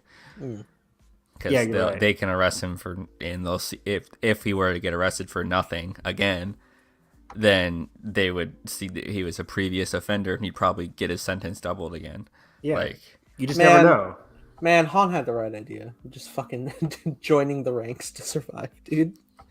Like, he had it easy in comparison. I know he's getting blown across the battlefield, but this is just fucking. This sucks. yeah. This is I'd rather be on the terrible. fucking mud ball than here. Yeah, again, this whole place just seems so horrifying and just creepy. And like you said, they don't have weapons on them. Or the guards, when he first saw Cassie, he was like, "You're probably wondering why we don't have weapons on us because they've Well, also instilled they're in the middle of the enemies. ocean too. Like they Yeah. can't go anywhere. They're in the middle of the ocean. They instilled this fear between everybody here. This competition. Carson, I mentioned it to Jalen. I'm like, this is like Blue Lock in a way, right? Where you're like, you're stuck in this Your area ranking's gotta go down. You gotta. where you're forced to compete. That you're not even thinking about what's next. You're just forced to compete against your own kind. It's sick. It's very sickening. And I don't know how Cassian can possibly escape it. Like they have the numbers on their side. Right. But everybody it's a press of a button and you get like instantly hit down by that steel and that electricity. So It's also interesting just seeing the effects of what the prison does to you mentally. I mean, first, like they had a showcase of Cassian 30 days in, and he could just tell he's looking a lot fainter. He's just so fucking just like tubes, like water. I didn't realize that my first time watching it, but yeah, in my rewatch, I was like, he looks like out of it because there's that one scene, the same scene where we see the guy doing the hand signals and Cassian just like looking forward, just like shaking, like he's like really. And then we see the guy step out in the night when he's just. He just gives up, and you would figure most people would be remorseful, but this whole camp is just like, oh fuck, oh the smell, oh fuck, now we don't have like a fucking thanks teammate. a lot, Fuck. Damn it. And Serkis is like, shut the fuck up. Back to your stations. Back to sleep. Smell the bacon. Oh, gross. I know. Sorry. Oh god. But yeah, it's not great. And again, they blame the rebels for the Aldani heist. They blame the guy for committing suicide. Like they're blaming each other, or people Yeah, they sleeping because on the same they're being side with. distracted by the Empire to compete against each other rather than it's very it's all mental Oh, manipulation. man. yeah. Big time, big mental manipulation. Not good. Bob. I think that was kind of it for Cassian here. But by the end of the episode, we see him unfortunately become part of the machine. He's become very that good last at wide it. shot where you just hear the You just clanking. see him, chum, chum, chum. It's Credits. just very. It's chilling. It's like, man, Cassian has been reduced to this. How can he mentally escape? Because he was already kind of like, I'm gone. I'm out of here. This is only a month in, man. But now a month in, he's had his head down. How long will he be here? Yeah, how long will he be here? How is it going to affect his psyche moving forward? What's it going to take for him to rebel? How's he going to get out? It's gonna have to be. I don't think like the whole prison can uprise, but I imagine in like some chaos, they're gonna have to time like a prison transfer arrival or something. Like kind of like Alien 3 we were watching. Cassian's a smart guy. He's always looking. He's always thinking. Yeah, Yeah, you could tell when he was like first getting there, like he was like he's looking around. Yeah, like, how am I gonna do this? He's hearing them communicate, and he's like glancing over, and the whole time they're like eyes front, and like he does, but he's still like glancing. He's observant. So he might be like getting into the groove of things in terms of the prison, but he's always thinking. So I think next episode is kind of hard to come up with predictions here, but I think something with the whole hand signal. He might talk to that guy about like, hey, so who are you talking to here? What's your purpose? Like, what are you guys communicating about? Maybe that's actually people trying to communicate escape. Yeah, because they've been here longer than him. They know more. So Yeah. But and then of course you have to get that through Andy Serkis. So how is Andy Serkis going to be a thorn in things? God, he's going to be like the person like who could open the door but isn't going to try to like shut doors on them or like good point. Take the boots or like something. He's like I'm almost out of here. Yeah. Fuck that. Well, there could be a thing where it's like, the cliche, like where people are leaving prison and he's like, they're like, come on. He's like, I don't want to get caught, so I'll just stay, kind of thing. Yeah, I will run no longer. I could see that happening where he's like, I don't want to run. I'm almost out of here. If I get run and I get caught, then I'm screwed. I'll just sit my ass down and stay. I could see that. And then he'll get fried anyway. And he'll get fried anyway. They'll probably turn the floors on full setting or whatever. So you never know with Andy Serkis Claw. Oh yeah, didn't they say when they first got here when they zapped him that was just like setting like 1 of 3? Yeah. Oh God, what's 3 of 3? I think the death one. The Vader existence. Yeah, force choke. But yeah, that's Cassian this episode. But we also see a lot from other characters, Luthen and Mon. So let me go to episode 8 here. Actually, before we go to Luthen and Mon, let's talk about Dedra. Because Dedra does some interesting stuff here. She interviews. She interviewed Cyril, and that's kind of the beginning of the episode here. Cyril, of course, again, the Bureau of Standards and Fuel, whatever. And he's been sending apparently a lot of messages to the ISB, like, please notice me. This is so 5 funny. false reports, 6 actually. But we today. kind of predicted this, that he was going to, in some way, be useful to her. And she realizes the report is kind of just covered up to sort of be shut and closed and look more professional than it actually was. Great line is being like, what's not in the report that I should know? He's like, I don't know. I didn't get to read it. But you signed it. I had no choice. Yeah. Damn. That was good. Yeah, so she realized they're back and forth. her own bureaucaucy working against her. And she's not really shocked, right? She knew how Blevin was. Yeah, not at all. Yeah. Yeah. So, but it was just so cool. I was like so happy seeing these two finally interact. I felt like the Avengers, right? You're like, oh, they're coming together for evil. I don't like it, but I shouldn't like it, but I like it. Yeah. Is this your king? Is this your king? They are. This episode in general was very cool because we've seen a lot of our storylines, like Nathan mentioned. There's plot lines A, B, C, D, and E in the show. In episode 8, they're all connecting. we saw Mon and Luthen talk some more. Luthen and Saul. Then we saw Sin or Vel and Cinta on Ferrix. So it's like everybody's all coming together in this end game here for this series. I'm really happy. But yeah, I love the Dedra and Cyril connection. Automatically, I was like, some sexual tension? No, I'm kidding. But there's some tension there, and by the end of it, he's kind of like smiling because even though she kind of brushes him off after him reading through the report and trying he wants back in the ISB right away. 100%. Thinks he deserves to be back. But wouldn't that just be a big fuck you to the dude that she got the job from last episode, because he was the one that took away Cyril's job in the first couple episodes. Wait, he was? Wait, what do you mean? Yeah, when Blevin. He fired him. Yeah. To see Cyril. So up in the ISB. if she brings him on for an investigation, and he sees that, this is gonna be like, oh, what are you doing? What's happening? What are you showing me? Come on, Cyril, that guy. It's gone on too far. But yeah, he repeatedly requests information. They're just like, you got to stop doing that. But I mean, he did provide some use because he had info on this Axis character, and I kind of skipped over it. But yeah, we had the whole meeting between Dedra and the ISB talking about the Starpath unit, and Dedra talks about how let's see here. She is connecting the Starpath unit to Andor, saying this Starpath unit was found on Ferrix, where Andor was last seen. When Andor was last seen, we saw him, according to reports, talking to an Order individual. That Order individual is codenamed Axis. All the time while she's saying this, she's talking to Lauren, who is just reading the report. He's like, I'm listening. I'm listening. And you could obviously tell Dedra's like super pissed about it.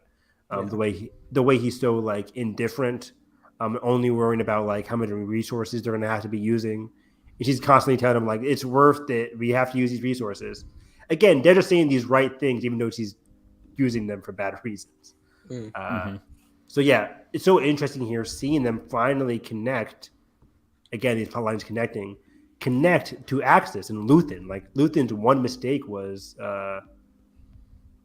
like him like come into contact with Andor on Ferrix. Directly. Because now they know that he's in charge of this whole rebel front. Very interesting. So, and it all connects because the ISB is cracking down on Luthen. The Imperials are cracking down on Mon Mothma. That's exactly in this. Right after this is another dinner party, and that's where we talked about the daughter notices that he's here again, and they're sort of talking about, oh, we've seen you again. Like, oh yeah. And then also a good part of this is she's trying to get votes to sort of go against PORD, and there's like a line where she says, I'm worried about your definition of wrong. Like, yeah, she pushes back against it because they're like, oh yeah, this is dangerous times. Like, shouldn't this be necessary for all the wrong out there or whatever? And she's like, I'm worried about your definition of wrong because as we just saw, they're just putting people in jail for nothing. For no reason. I forgot to mention it, but yeah, on Orabesh, on Cassian's card, it said like presumed force sensitivity. That's funny. Yeah. Star Wars explained to that. It's like, it says presumed force sensitivity. Because like they're basically saying we could jail you for literally no reason. For anything. Basically. Can't disprove that, I guess. Can't disprove it, right? Exactly. So that's funny. Yeah.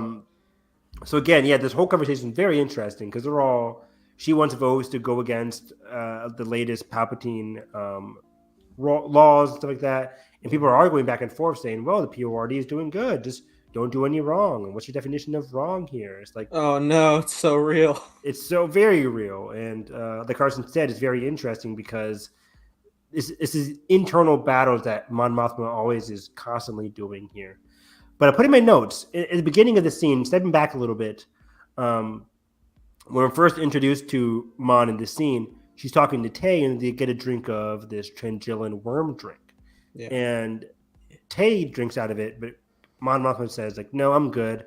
And Tay's like, oh, I thought you liked this drink. And she said, well, I was pretending.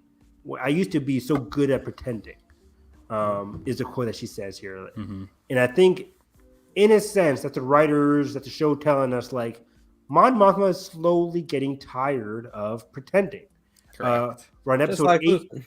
We're on episode 8 now. It's like we're done pretending. It's going to be more and more her trying to take the get out of pretending and actually take a stand, as we eventually see, of course, in Rebels. But in the context of this show, she's going to be more. She's going to need to be more active and take a stand, like you said, like Luthen.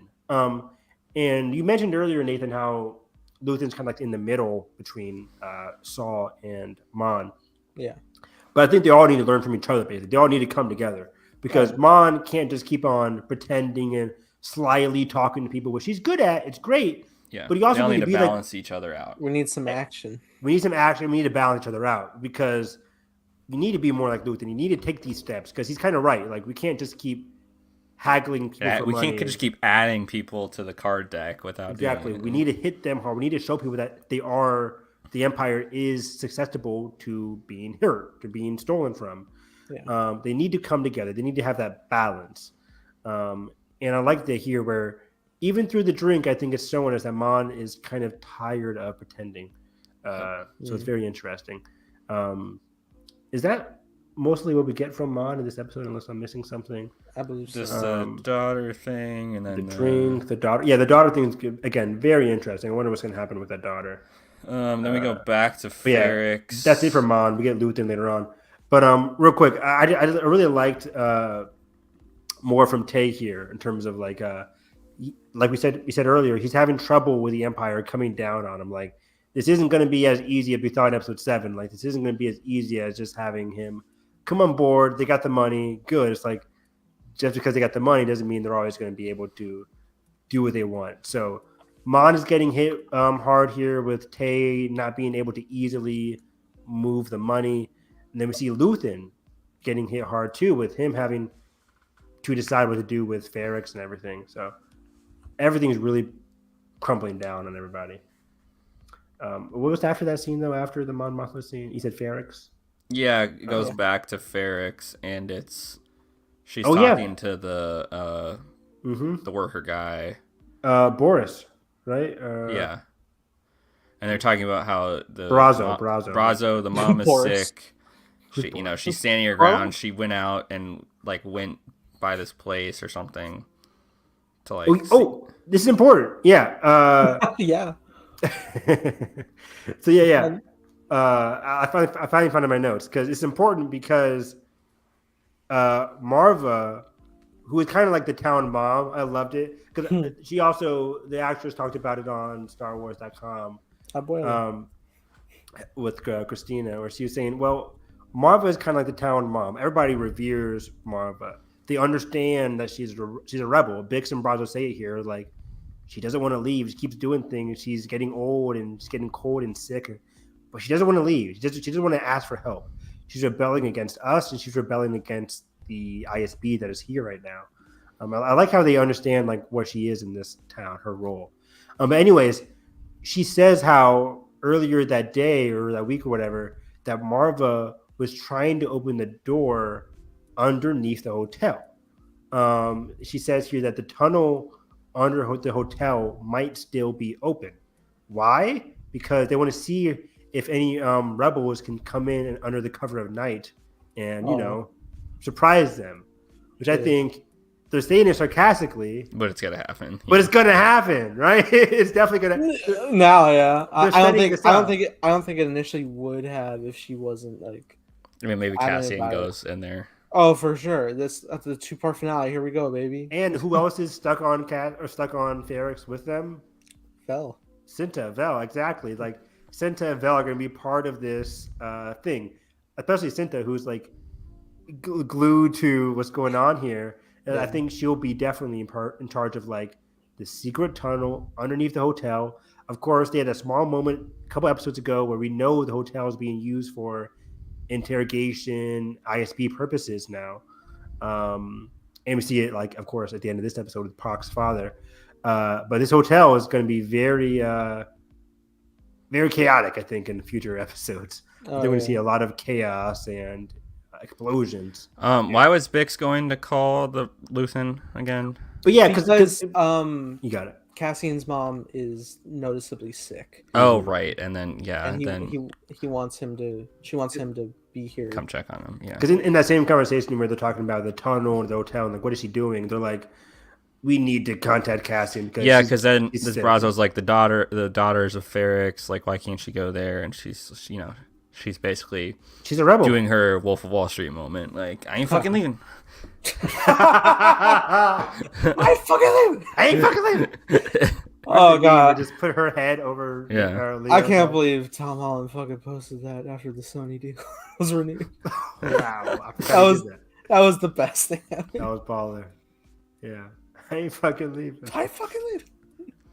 But let's talk about this Vel and Cinta scene because it's really good. Oh my god! Let them kiss. Let them kiss, please. Thinking about romance in this season, we talked about it, of course, when we first met Cinta. We're like, oh, she's busy, she's sharing a bed. We're like, okay, is the show really going to talk about it, or are they just going to be, I was afraid it was just we're going to be done after the heist, right? Like, I was afraid it could be done after the heist, or the show's not really going to talk about it. We get that one moment of the heist where they put their hands on each other, like, we'll meet again, and we're like, is that it? Like, I was like, I would believe Disney would make that. Just come on, Disney. I know, like, but then we actually get it here. Oh, we're lingering, baby. We're lingering, baby. Yeah, and then she's like, haven't we been apart long enough? I'm like, damn it. Noah made a fucking great edit with them. Across the stars. Across the stars. Oh yeah. Across the fucking hallway. I love her line here. You think the Empire stops, catch your breath. This is a fight to the death, Vel. Because she's talking about having to stay and. She is so on Luthen and Clea's side of thing, where Clea last week was telling Vel how the rebellion, like, this is what we must do for the rebellion. Stop sending me messages. Do your mission. You got to kill Cassian. Yeah. And in this week, it's Cinta basically saying the same thing. Okay, wait. Like, is Cinta? Yeah. I mean, is Cinta calling her out here? Because basically, then Vel asks her, like, who are you? Who will you be? Like, if people ask you. Oh, yeah. And she said maybe a rich girl running away from her family, and she goes, "Oh, ouch, that's cold even from you." That's 100% calling her out. Yeah. So is that some Vel backstory there? Yeah. I think so for sure. I think so too. Because similar to Luthen, I mentioned this like last week before episode 8 came out. I was like, is Vel is her true self the one we saw on Aldani, or the one we saw in episode 7 with her hair all down and like that? But it seems like with this whole Cinta information that she's like Luthen. She comes from a rich background, but joined the rebellion.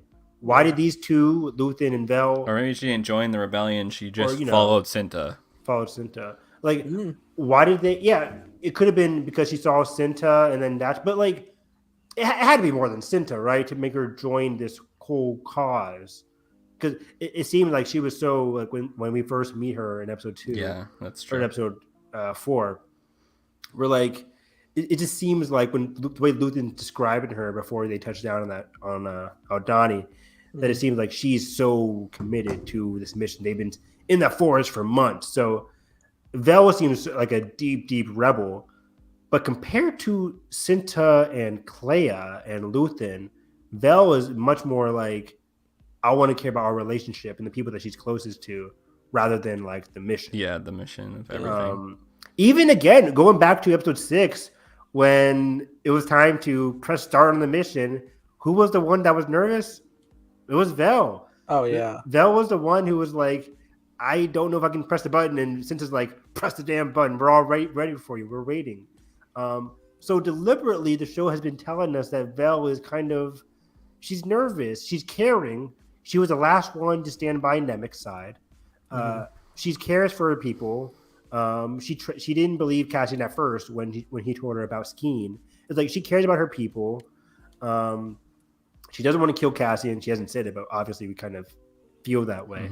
But then people like Cinta, like, the mission, the rebellion comes first.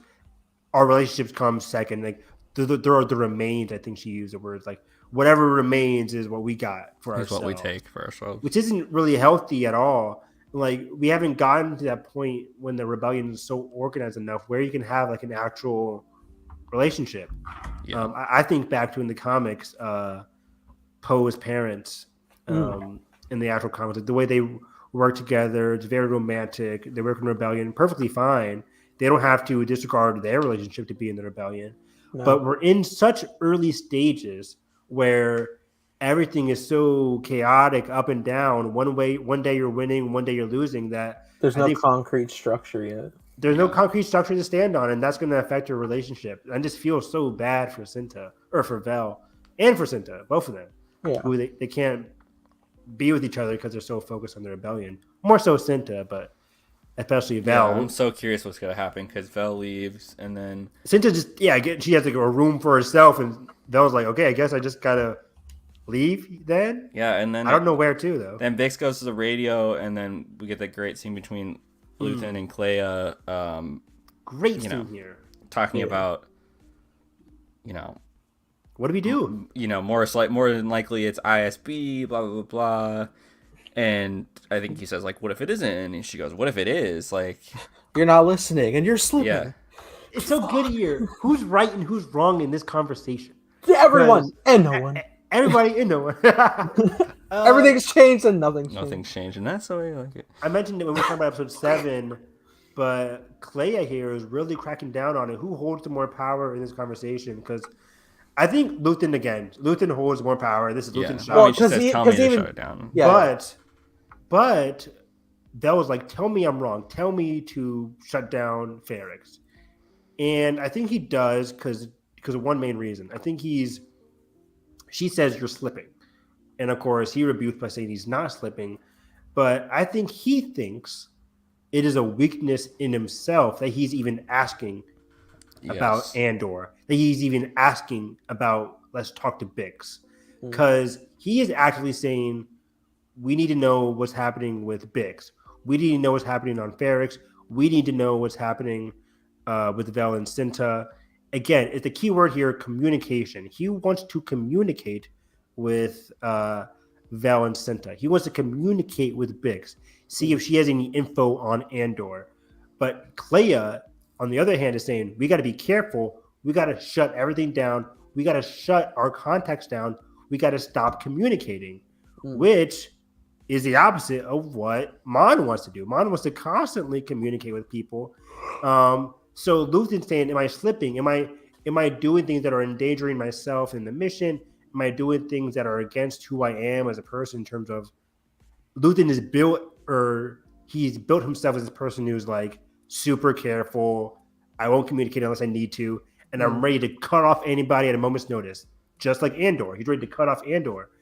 But then at the end of the episode, moving ahead a little bit, we see him talking to Luthen, or talking to Saul, and he's the one telling Saul that we need to communicate. Yep. So it's like Clea's telling him not to communicate. So which is it? Are we going to cut everybody at the moment we get some semblance of it because we're freaking out, or where?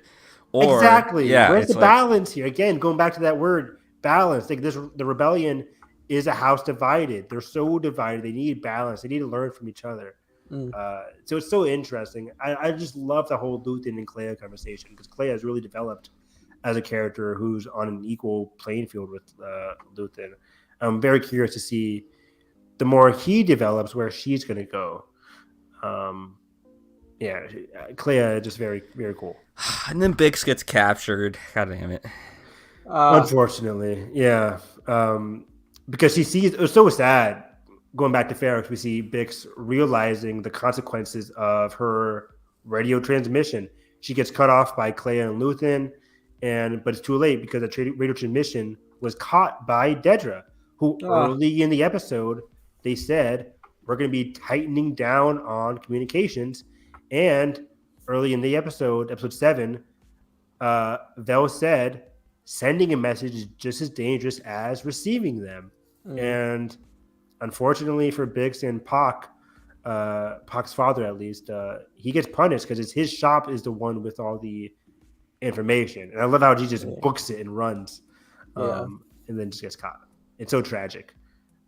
Everybody's getting hammered down by Dedra and the Rising ISB. It was so funny because we're so excited to see Dedra get the one up on everybody, but then when she's there on top, and the people at the bottom are people that we like, and Bix and the people of Ferrix in general. Very tragic. I think that's pretty much it, though, for episode 8. Cinta and Vel. I mean, the Saw scene is really good. Saw's Oh, yeah. intro. My bad. Yeah. Saw. Luthen and Saw. So we see Luthen with basically his true self again on the mission with his hair back to normal without Two tubes. Two tubes. As soon as I saw 2 tubes, I'm like, okay, so we're seeing Saw. It's time. And it's funny because when I first saw the previews for Andor and we saw Saw talking, I'm like, oh, they're going to be on the same team here. But they're not. They're on totally different teams here. Luthen, we know, is a cold guy. He's very cold and calculated. But Saw, we know who Saw is. Saw is more so isolated, an anarchist. He is the epitome of anarchy. And he's going to do... Yeah, he's very radical. He's going to do these radical moves and actions. And he says, everybody's lost. Which is so funny. He thinks everybody's lost besides him, because of course he's doing the right thing here. So Luthen wants Saw to talk to Anto Krieger. Luthen wants Saw to meet Anto Krieger for a mission in an Imperial power plant called Spellhouse. Have we met this person? No. Will this person come up in later episodes? Will Spellhouse, this Imperial power plant, come up in future episodes? Maybe. But I think the whole point of this conversation is to illustrate just how their ideologies are different. Yeah, regardless of what the intricacies are here, it's just that Saw and Luthen are not on the same page. No. I love the whole dialogue between Luthen and Saw about you were the one who did that Aldani thing. I was like, no, but whoever did it, like, oh man, I wonder who did. Let's just agree, it's a masterpiece. Man, Forrest Whitaker just... And I love it. He just wants to buy the stuff, and he's like, well, you can have them. Just do this. I am continuously shocked we've gotten Forrest Whitaker back as much as we have. Video game, animation, Rogue One, now Andor. It's like, wow. This man is committed to this fucking role. Committed. It's a good You must character. see something. It is good. Great character.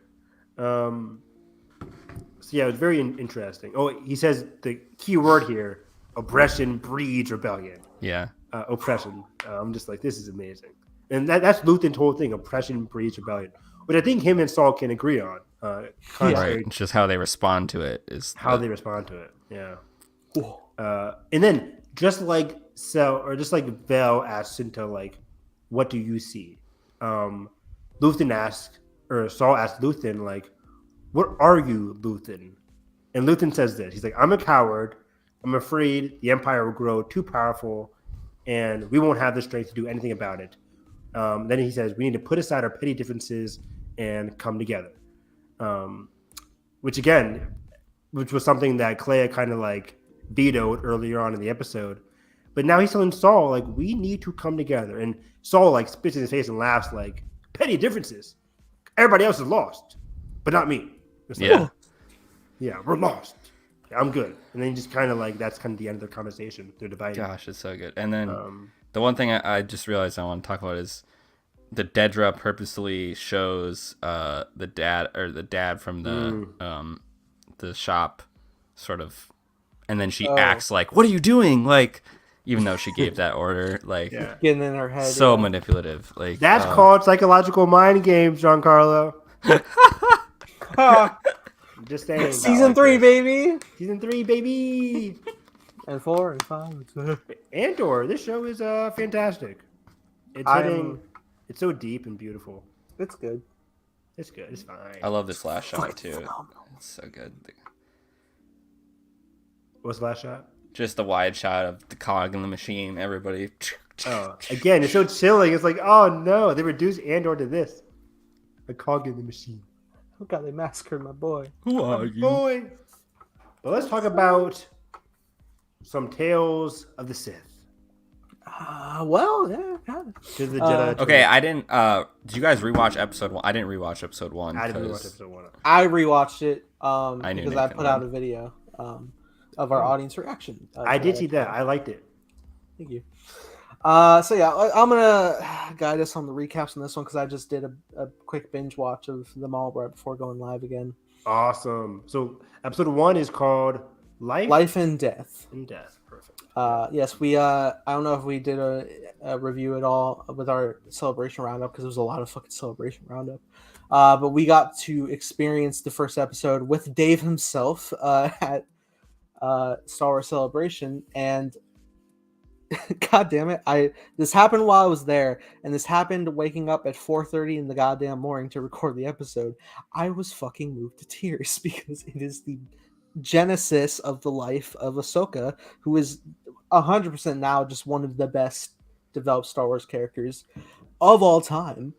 And She's just This good. episode's so good. I love it. She's in everything. Yeah. It's so lovely. I mean, the fact that like Dave's brought her to so many supposed ends, but to see her true beginning, it's a beautiful episode. We start out with her father running around town, very excited that she's been born. Do we know what planet this is, by the way? Is unknown, right? Well, we might know some. I'm sure some lore master has it. Okay. But it's the home planet, seemingly, of her Ahsoka species. I forget the name. Togruta? Are they Togrutas? I think so. I wish terrible. I don't care about species or ships. I care about characters. We're getting hot water here. So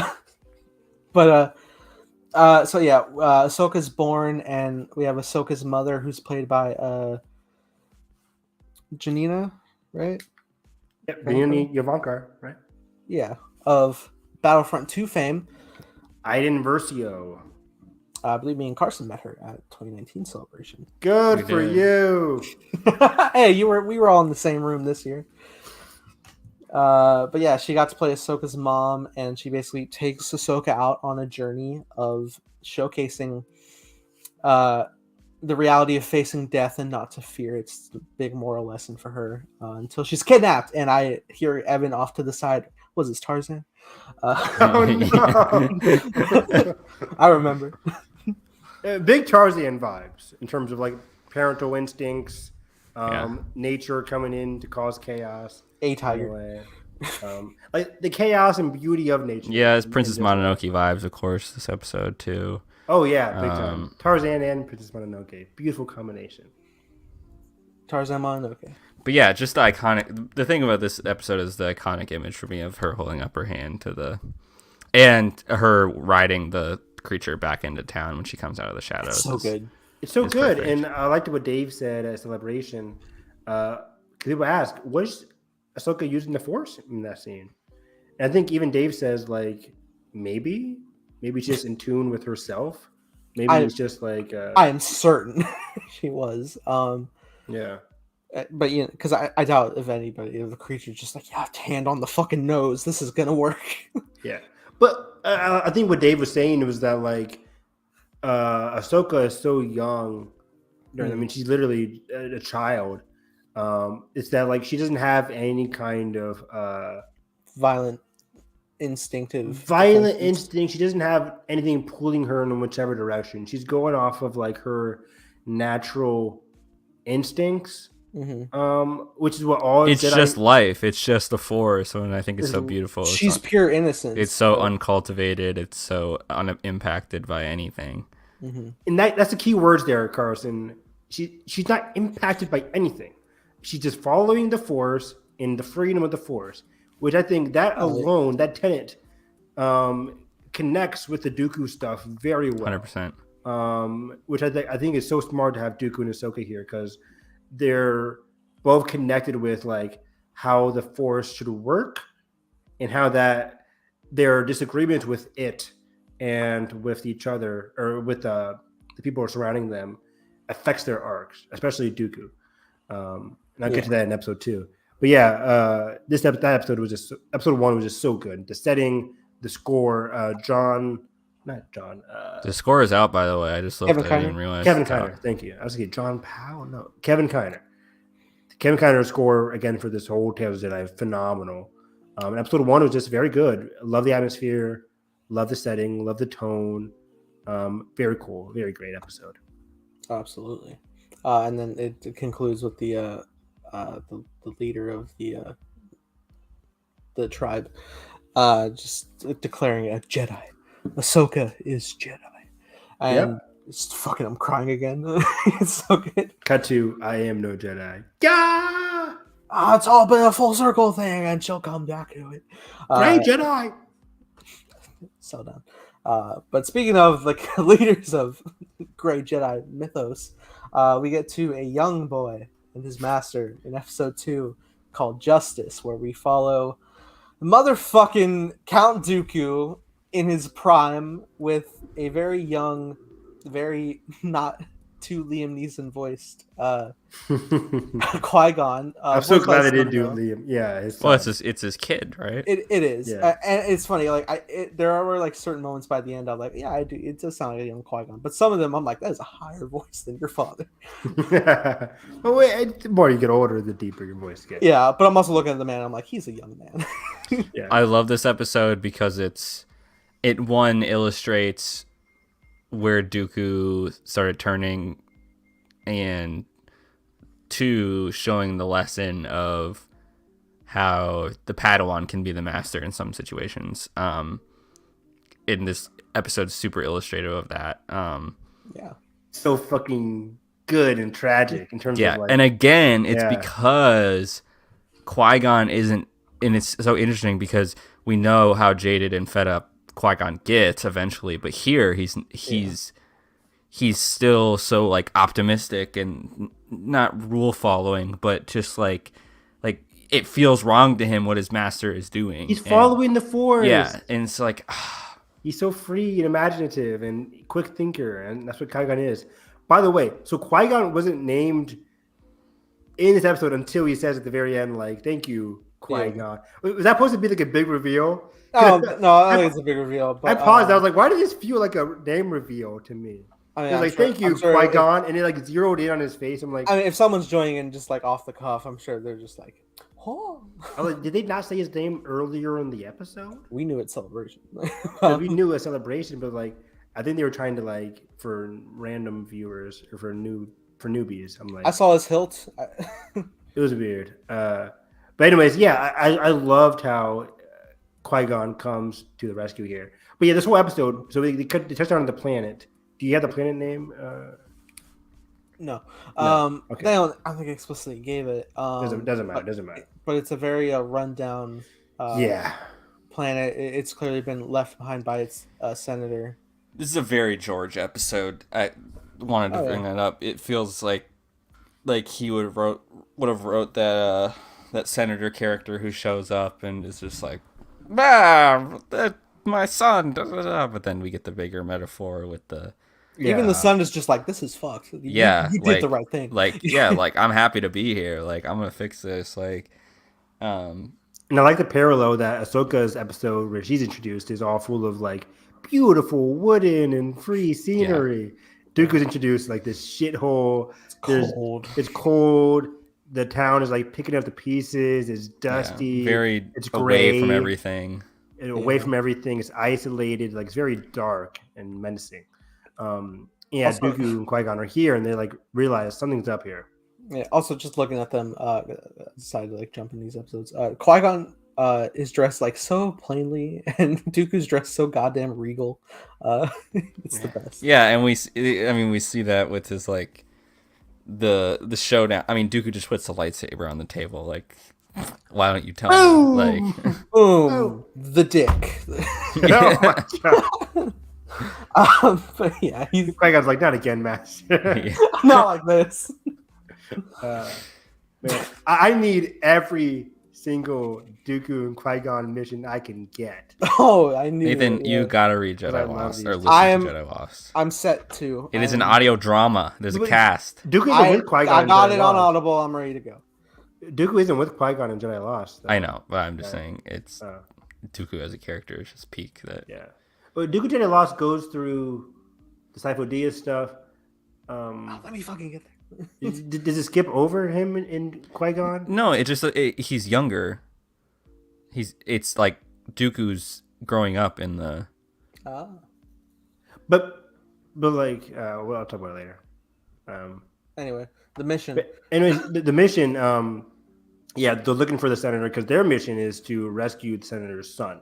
Yeah. They don't know the context of anything until they get to this tavern. And they realize the whole town has kidnapped the son.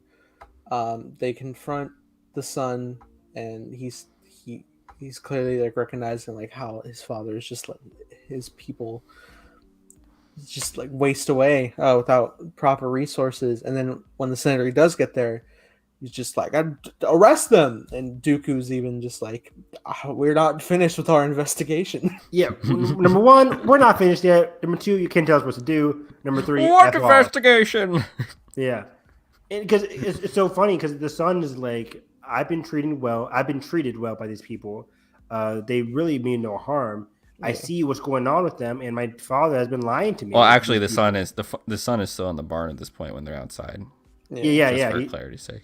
He's telling them like how he believes like my father has been treating them terribly, horribly wrong. Great lines. The senator says, "You serve for the Senate." And Dooku's like, "No, we serve the people of this republic." Woo! Oh, the fucking Jedi. Burn. It's so true. Like, we don't serve the Senate, contrary to other people in my council. We don't serve the Senate. The council at this point has grown closer and closer to them serving the Senate. But at this point, Dooku, as all Jedi should do, follow the will of the Force and serve the people of the Republic. Dooku would serve very well in the High Republic. I would just say that. But yeah, so it's very interesting. He's like, I love that line so much. And then the senator starts threatening that he's gonna like iron fist on this town and make them an example, so no one opposes me and no one can stop me, not even you. And as soon as he says that, Dooku starts fucking force choking the man. And they start fighting first, right? Yeah, there was a shootout, but then by that point, when the fire stops for a moment, he says that stuff. Yeah. Dooku starts force choking him. Yeah, real quick, during the shootout, there's this one funny moment where the guy was up top sniping, and somehow the sniper got shot by somebody from the ground. With a pistol. I lost it. I'm like, there's no way I'm up top in the barn and I'm getting shot by somebody on the. You have the high ground. There's no way somebody's able to possibly aim up because they're getting shot like this. He got shot, Evan. One of them has to be able to look up while getting shot at and shoot the guy in the barn. I'm like, physically, it doesn't make sense. You suck. You deserve to get shot. All right. There's a number of fucking men. Who cares? All right. Anyway, they started blasting, and Dooku's he's force choking, and he starts deflecting, and Qui-Gon's like, "Hey, whoa! What are you doing there? What are you showing me?" Gets blasted. Bam! Gets knocked back, but he goes to. Yeah, he gets pushed back to the barn, and then he goes in and gets the kid. He frees the son. He's like, go save your father. Like, what? Just go. I just fuck it. And I love that he comes back. You too. He comes back to Dooku's side and sort of like, Master, it's over. And you even see in Dooku's face, he just like pulls out of the dark. Like, his own shame there of like what he's slipped into. So then, we start getting into the resolve. The son promises to the people like he's not gonna let them. And then the senator's in his little shuttle, looking just he's like just sitting there, it's like avoiding eye contact. I was thinking he was like side eyeing, like. And I did like that we saw the soldiers like staying and helping and like being friends with the. It felt so jarring to me. I'm like, you killed Johnny, and now you're here helping us out, helping me up. Fuck off! I don't want to help. In fairness, what? Hold on. In fairness, I don't know the fate of Johnny barn door fucker. But, I did take notice that like the first person to get shot was a Twi'lek, but like she got back up. And blasters are on stun. Yeah, no, they weren't on stun, but maybe they're not as powerful in this time period. I don't know. Oh, I mean, But this is it looked like they had like just plain old rifles, the Taurans or the villagers. But yeah, it was so jarring. I mean, Even like the soldiers I was seeing like moving like yeah, they're like, oh god. But Like- it was just so jarring to see it. But I get it for poetic and thematic purposes. Like, oh, the people are now helping the oppressed, and yeah, like you said, the son said like, oh, I'll make sure that things are going to change. Are you? How again? Is that well, going he'll to? inherit the power, won't he? I mean, sure. Is the father going to die? What are you inheriting? Chaos. Chaos. This is chaos magic, Wanda. Chaos magic. But it'll be good. The epitome here of this episode is, and what's so beautiful is Qui-Gon coming to getting the senator's son to help the senator's father. That was a big moment of the episode because Qui-Gon think on his feet, realizing that the senator's son was what was needed to help out the senator. Like, you need that familial recognition to kind of snap things back into purpose. And even Dooku recognized, like, you helped me back into the light there. Like, your imagination, you helped solve the situation there. The final lines here are great. Dooku says, like, you helped save a lot of lives today. Mm-hmm. And Qui-Gon says, just thinking in the moment, Master. Woo! And Dooku says, well then, you're a much wiser man than I, Qui-Gon Jinn. Why? Why did it happen? Why is Palpatine? Which connects so much to episode 4, but we'll get to that. But it's like, Dooku in that moment is recognizing how Qui-Gon, like he said, is a much wiser person than himself, and that Qui-Gon has potential to be a much better Jedi than himself. We always talk about between master and apprentice.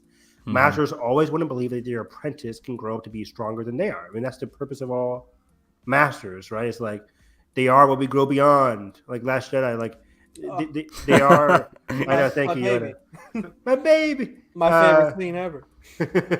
They are what we grow beyond. And that's what Dooku's hope here is. Like, they are what, like, I understand my weakness, or Dooku is telling himself, I understand my weakness. Qui-Gon will be a better person than me. Hopefully, he doesn't die before I do. Episode 3. Sadness. But yeah, episode 2. I love that episode because it was the first time seeing the senator and Dooku, that politics clash in his mind. Mm-hmm. And he's like, okay, this is becoming an issue. But yeah, it becomes even more of an issue because we basically see the same thing happen in episode 3. Yeah. And episode 3 is a murder mystery case. It's called Choices, where Dooku has been dispatched with Mace Windu to investigate the death of Master Katri on this Mace planet. Windu. I love that guy. Great. Good guy. Good guy, right? Yeah, he'll vouch for me. I'll put him on my resume. Yeah. Put him on my resume. Mace Windu would be the last person to want my resume. Yeah, no, fuck that. You'd be too honest. Yeah. But yeah, they're going. Windu's very much enforcing the goddamn rules. Motherfucker is a walking handbook. And I think, Let's just wrap this up. Yeah, and Dooku just says, like, to a point, like, your devotion to the rules are inspiring and yet maddening.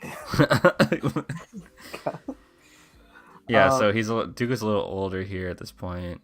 He's got a beard now to show the passage of time. Yeah, and so they go and find the senator? It's another senator. It's another senator. They go to the senator because I think this is the same planet. It's not the same senator. Oh, yeah. Raxus Prime. From Bad Batch, right? Raxus Prime. Okay. It is the homeworld of the Separatists. Right. Yeah. We do see this in Bad Batch in, I believe, 1, maybe 2 episodes, because they are the planet that the guy is like, okay, the Imperials are coming to town. Yeah, don't they break out with the... And they rescue one of the politicians, the Bad Batch. Yeah. Battle all throughout the town. I cannot wait for us to do commentaries on Bad Batch episodes because we need to before season 2 starts. Is season 2 the beginning of January? 2 months, yeah. Maybe? Fuck. Yeah, I think our next commentaries have to be Bad Batch. Bring it in Christmas. Yeah, sure. But yeah, so they need to talk to the senator because he has information on where the Katri's body is, right? Basically just like they're Like, trying what to happened? get down like how it happened. How like, it happened. Because Yeah. I mean, this is the death of a Jedi we're talking Right, about. and they're there to Well, no. recover the body, number one, and two, for Yes. the funeral. Yeah, they need to recover the body, but I don't think the purpose is to see how it happened. Dooku wants to know how it happened. But No, Mace it's does just not to get the care body. about how it happened. Mace is like, we need to ask him for the body, and then we leave. Well, Dooku is like, I think it's I think it's opposite. I think Dooku wants to crack down why. Dooku wants to know How? why. Yeah, but because he Mace- mentions there was an inconsistency with, I The don't story. think she would, Mhm. be gunned down Basically, randomly, blah, blah, blah. the math ain't mathin'. Yeah. So there's no reason. and they're going, and even when they start talking to the senator, they're like, even Windu's like, all right, so like he's full. Yeah, he's This mad guy's sus, sus, like, right? Yeah. Uh, He's the imposter, right? But then he asked to go to the fight place. Or Dooku where the does. yeah. where There was the- like another great line. Like Dooku was asking, like if you were Master Catchy, like wouldn't you want to know, like how?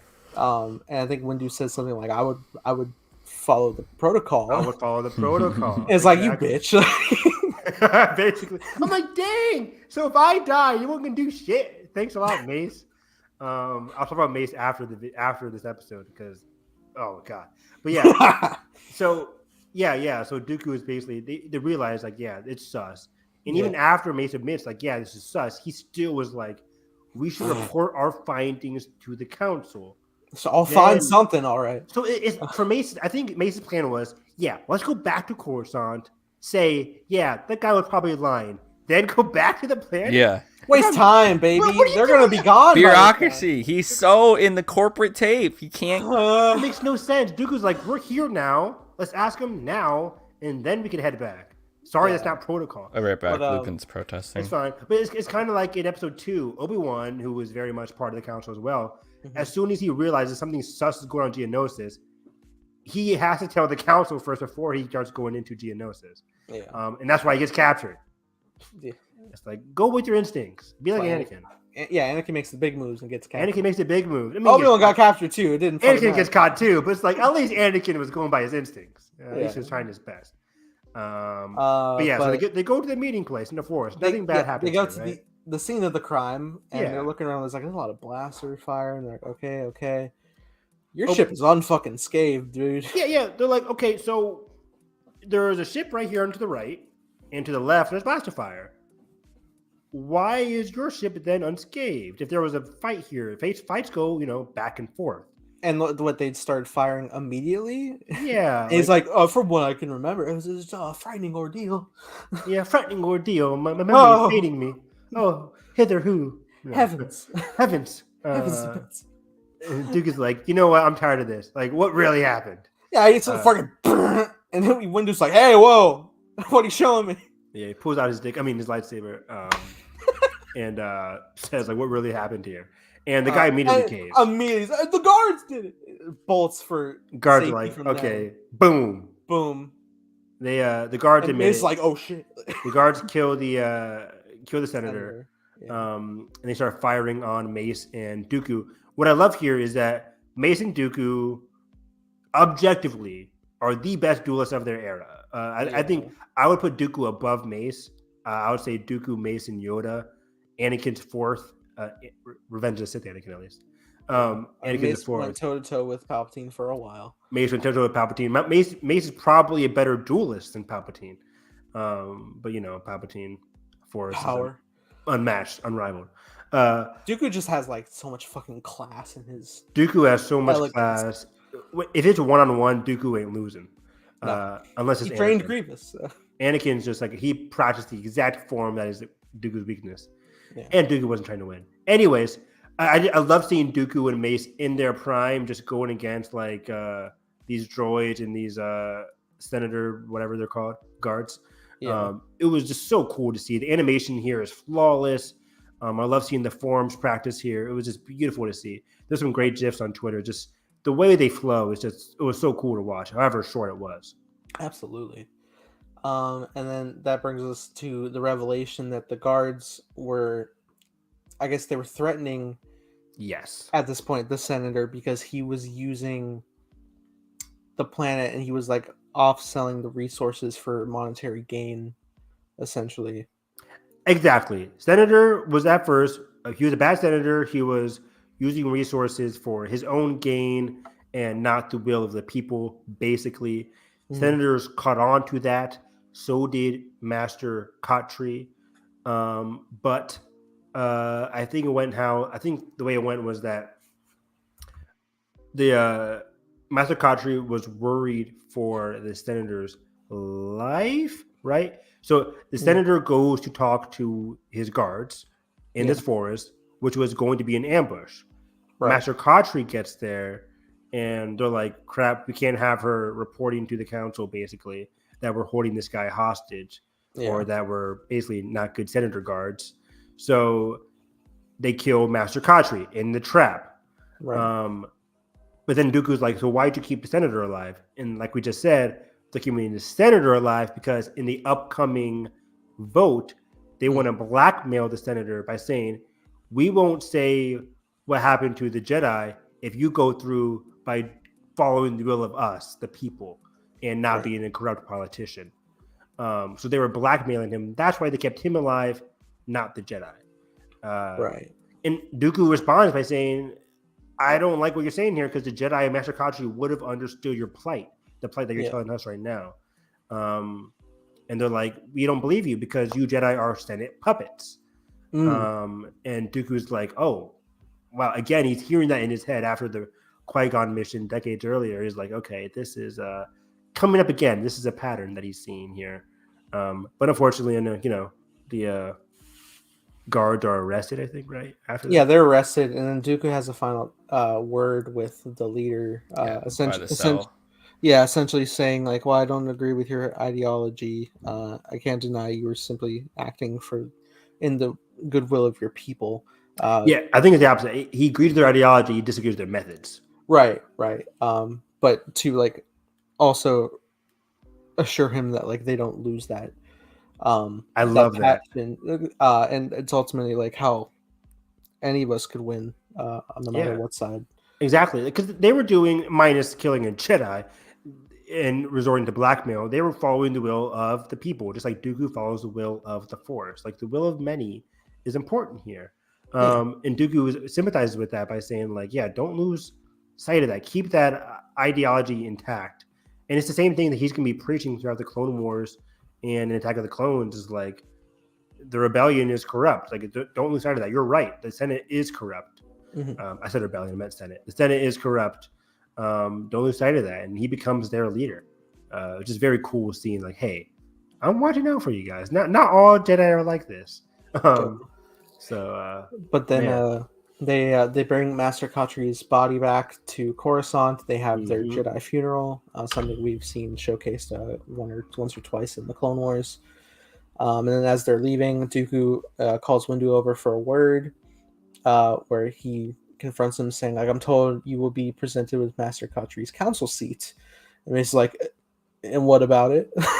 Oh, man. This bitch. I was shocked. I was like, oh, wait. Wow, Mace? Like, was and so, and Dooku asked, like, is this something you knew before we left for Raxus? And he says, I was as surprised as you are now. What's true? What's fake? What's false? What's fiction? He says you and I both were together when the mission was assigned. And he said, I stuck to the mission. You decided to interfere in a way that led to a senator's death. Fuck. Wow. He also says, I will speak to the council about on your behalf. And he's like, thanks. How kind of you. Yeah. Thanks, Master buddy. Jedi. Not even going to use your name. Master Jedi. It's so interesting. And Dooku's left alone, just to look to the horizon, just ponder it, just intake what he's feeling. I think in Dooku's pondering, like, is there hope left for this Jedi? He's starting to realize, like, the Senate is corrupt, but is there hope? Like, if people like Mace can succumb to this corruption, then like, what is their hope? Is it just me and Qui-Gon? Maybe that's what he's thinking.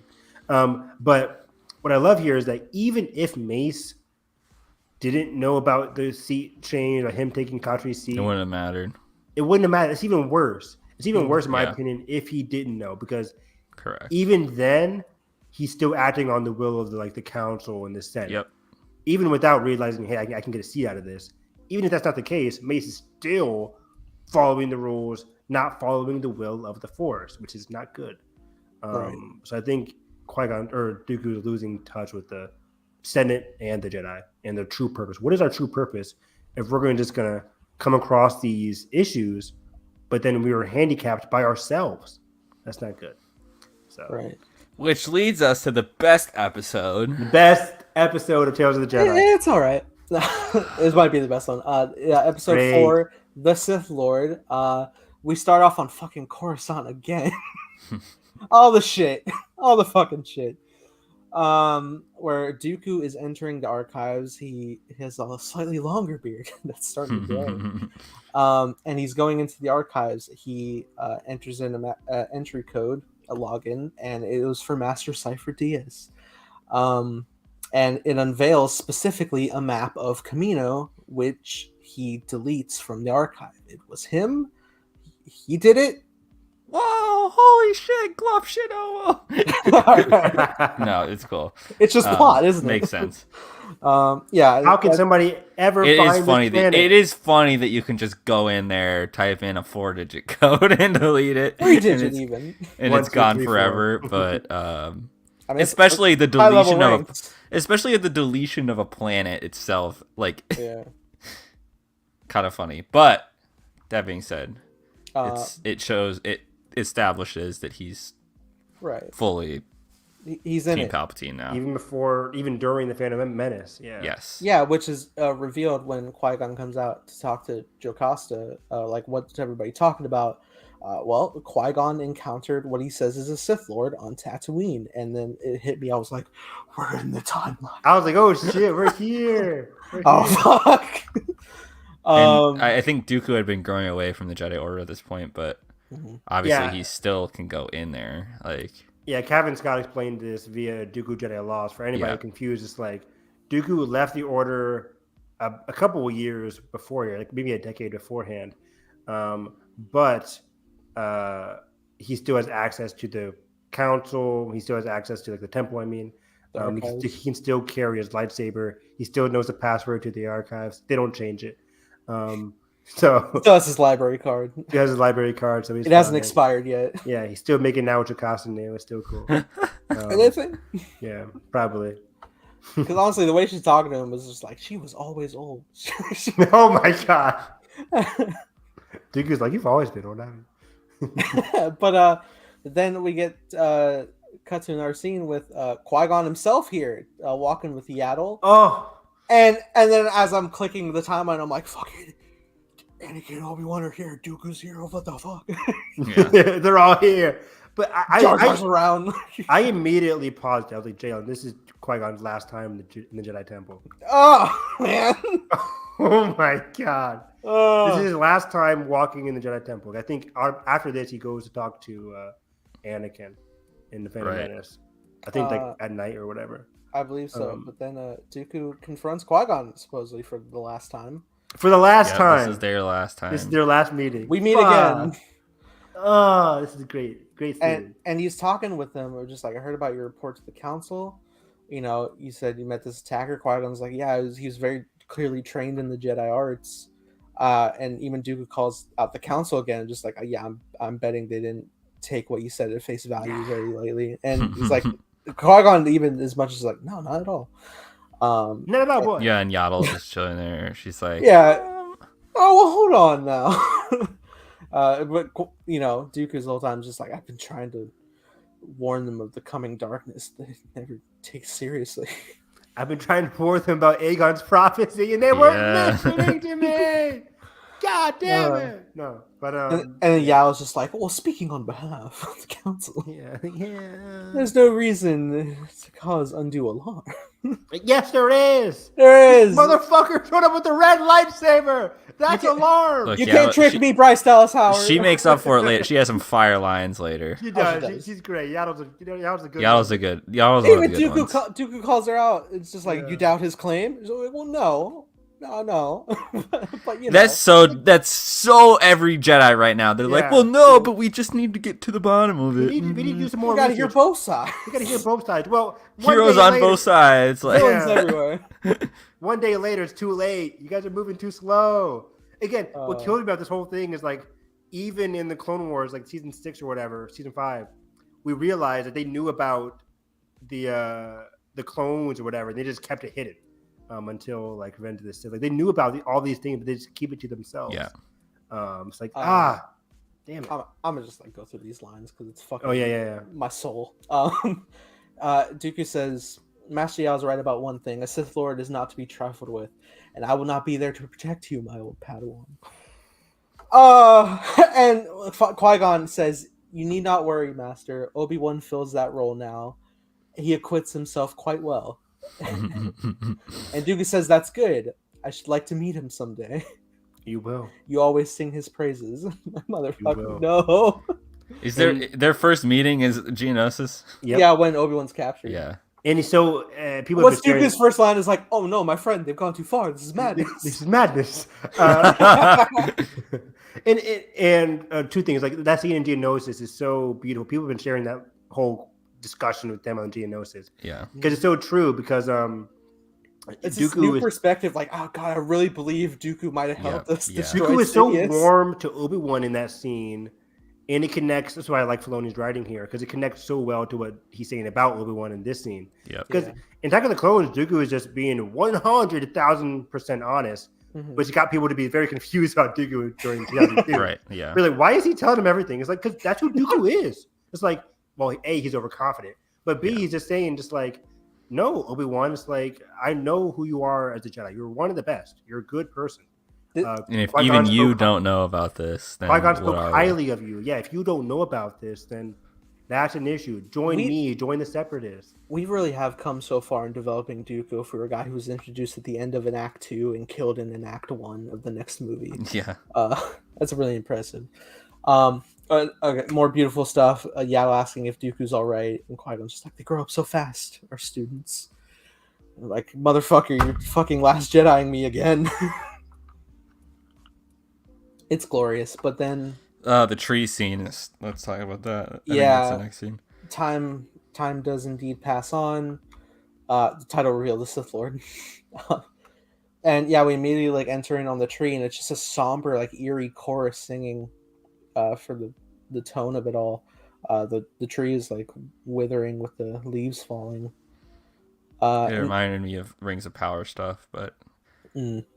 Oh, man, fucking it. Like, first thing he says, I used to bring Qui-Gon here as a boy. It's powerful. What I love about this is, like, this is one of the last bits of nature on Coruscant. Yeah. And this connects to what we talked about in episode 1 of Tales of the Jedi, Life and Death, in terms of, like, Ahsoka connecting with nature. Now, it's so important to connect with nature. Yeah. And he's saying here, like, he was always fascinated by the tree as a boy, having been born here on Coruscant, a planet of steel and stone. Right. Like Coruscant, much like the Jedi Order within its walls, has been so overdeveloped that they've lost touch, which is the perfect metaphor. Yeah. And Yaddle lets him know, like, the council's leaving for Naboo. The funeral's going to be held there. And Dooku says, I doubt I would be pleasant company. And even Yao's like, well, you hold them accountable. Like, she's just trying to bring them along. And says, Qui-Gon Jinn has become one with the Force. It is time to let him go. But Dooku's not willing to let it go. No, even Yaddle says it, but she's like, and you can do this? And he says, what choice have I? What choice have I? What choice? I think, is he talking about that, or is he talking about, like, what choice do I to continue down this dark path? I think. So, that's what Yaddle picks up on, because I think that's when she decides she's gonna follow him. I think, which is part of the dark side. The light side is understanding of, like, death, like moving on past it. But on the dark side, they can't let it go. Whether it's Anakin or Kylo, or like most Darksiders can't let go when death affects them, but Jedi usually can. And Dooku, unfortunately, can't move past it. And what's so sad is that like Qui-Gon was his last breath of hope. As we talked about Of it, impacting the Jedi. of impacting the Jedi, yes, like beyond because he left by that point. This plug Master and Apprentice. Master and Apprentice. Because So beyond for himself, like he left the Jedi at that point, but he believed, as he talked about in episode 2, Return of the Jedi, he said like, my Padawan has an active imagination. He'll be able to change things. But with him gone, he's like, there's nothing left to change. I already know the Senate is corrupt. I already know we're corrupt, given like the Mace Windu stuff. And now my Padawan's dead, and I could have done something to stop it. The Jedi could have done something to stop it. It's like it keeps piling on top of itself. The suffering, the pain. Yeah. It's like I gotta do what I gotta do, basically. Which is not to mention all the childhood stuff that we can't discuss for spoilers, but exactly, yeah. And yeah, Dooku understands from his own childhood in terms of like his not sister. being active enough. Yeah, his sister. So well, it's great. Dooku flies to where we see at the end. He goes at the end of episode 2, where he often meets with Palpatine. Yeah, the railroad tracks basically. Just like one of those like hide y'all's meeting place a little bit better. Like I mean, they're in the fucking industrial broken down. Still, but it's on Coruscant. Like it is. Damn. He flew. Yeah. Palpatine don't want to travel too far. You got to make them meetings. Senate meetings. But yeah, immediately Dooku just comes in for Palpatine, just like, you went too far. You let Maul kill Qui-Gon, and God, his fucking caring. And Palpatine's just like, you lost an apprentice, and so did I. It's fucking That's how it's gonna go. We gained a dragon, all in the service of our greater goals. Yeah, I found this guy named Anakin. He'll be really good. He didn't really say that. Watch over your career with great interest. Yeah. He didn't have to Dooku smartly enough, because Dooku would have been pissed. Like, for a little kid, no. But this fucker. But yeah, Dooku was like my third generation from my panel. Dooku was way more preoccupied. And great thing, and just like Dooku just saying like Qui-Gon could have been a powerful ally. I was about to say that, yeah. And Palpatine calling him out like, for you perhaps. He's like, you question my loyalty? Always. Which is so. I immediately thought of like Big Brother and Survivor. On those games, a lot of the time. For example, if I'm with Carson and Nathan, if I'm allied with them, I'd vote out Nathan so Carson can be closer to me. You know what I mean? It's like you whittle them down. So they have to trust you, right? So they have no option but to trust you, because where else would they go, basically? And that's what happened with Sidious. Is like Qui-Gon's gone, but now you have to come to me. What else? Look who you're talking to right now. You have to come to me because your Padawan's dead. So Sidious is the only one gaining something here, right? It also closes him off from other opinions, like to potentially bring Dooku. That's why Yaddle's such a good character in this episode, because this is the last stand here for Dooku. It really is surprising. I did not see this coming, but it's a beautiful addition. And Dooku just, even in the moment, even in front of Palpatine, he's just like deeply reflecting, just like how many have died because of my actions. Yeah. Great scene. Wait, question: like, how many people have died? What has Dooku done so far that has led to the war? I mean, instigated the war. I imagine he brings up a number of things. He says Sifo-Dyas, which he was probably the cause of his death. Kamino and the clones. It was just going to be the greater fucking execution of all the Jedi. Okay. Coming. I'm sure he's killed a number of people along the way. Okay. Yeah. Yeah, I was just curious about this one because, like, it's only been a Menace timeline, so like he hasn't killed a ton of people yet. Yeah. But yeah, I think prior to this, he's like doing Sifo-Dyas killing and stuff. It's weird looking at Palpatine here, just because like I know he's like a normal dude in a robe right now. Yeah. Yeah. Very funny. Yeah. But then Yaddle comes out and just like, "Hey, hello, stop it." Fuck it's this crazy. Shit. They're literally about to go to war together. It's just like, man. Wait, who's about to go to war together? Palpatine and Dooku. Yeah. The Clone Wars. The Clone Wars, yeah.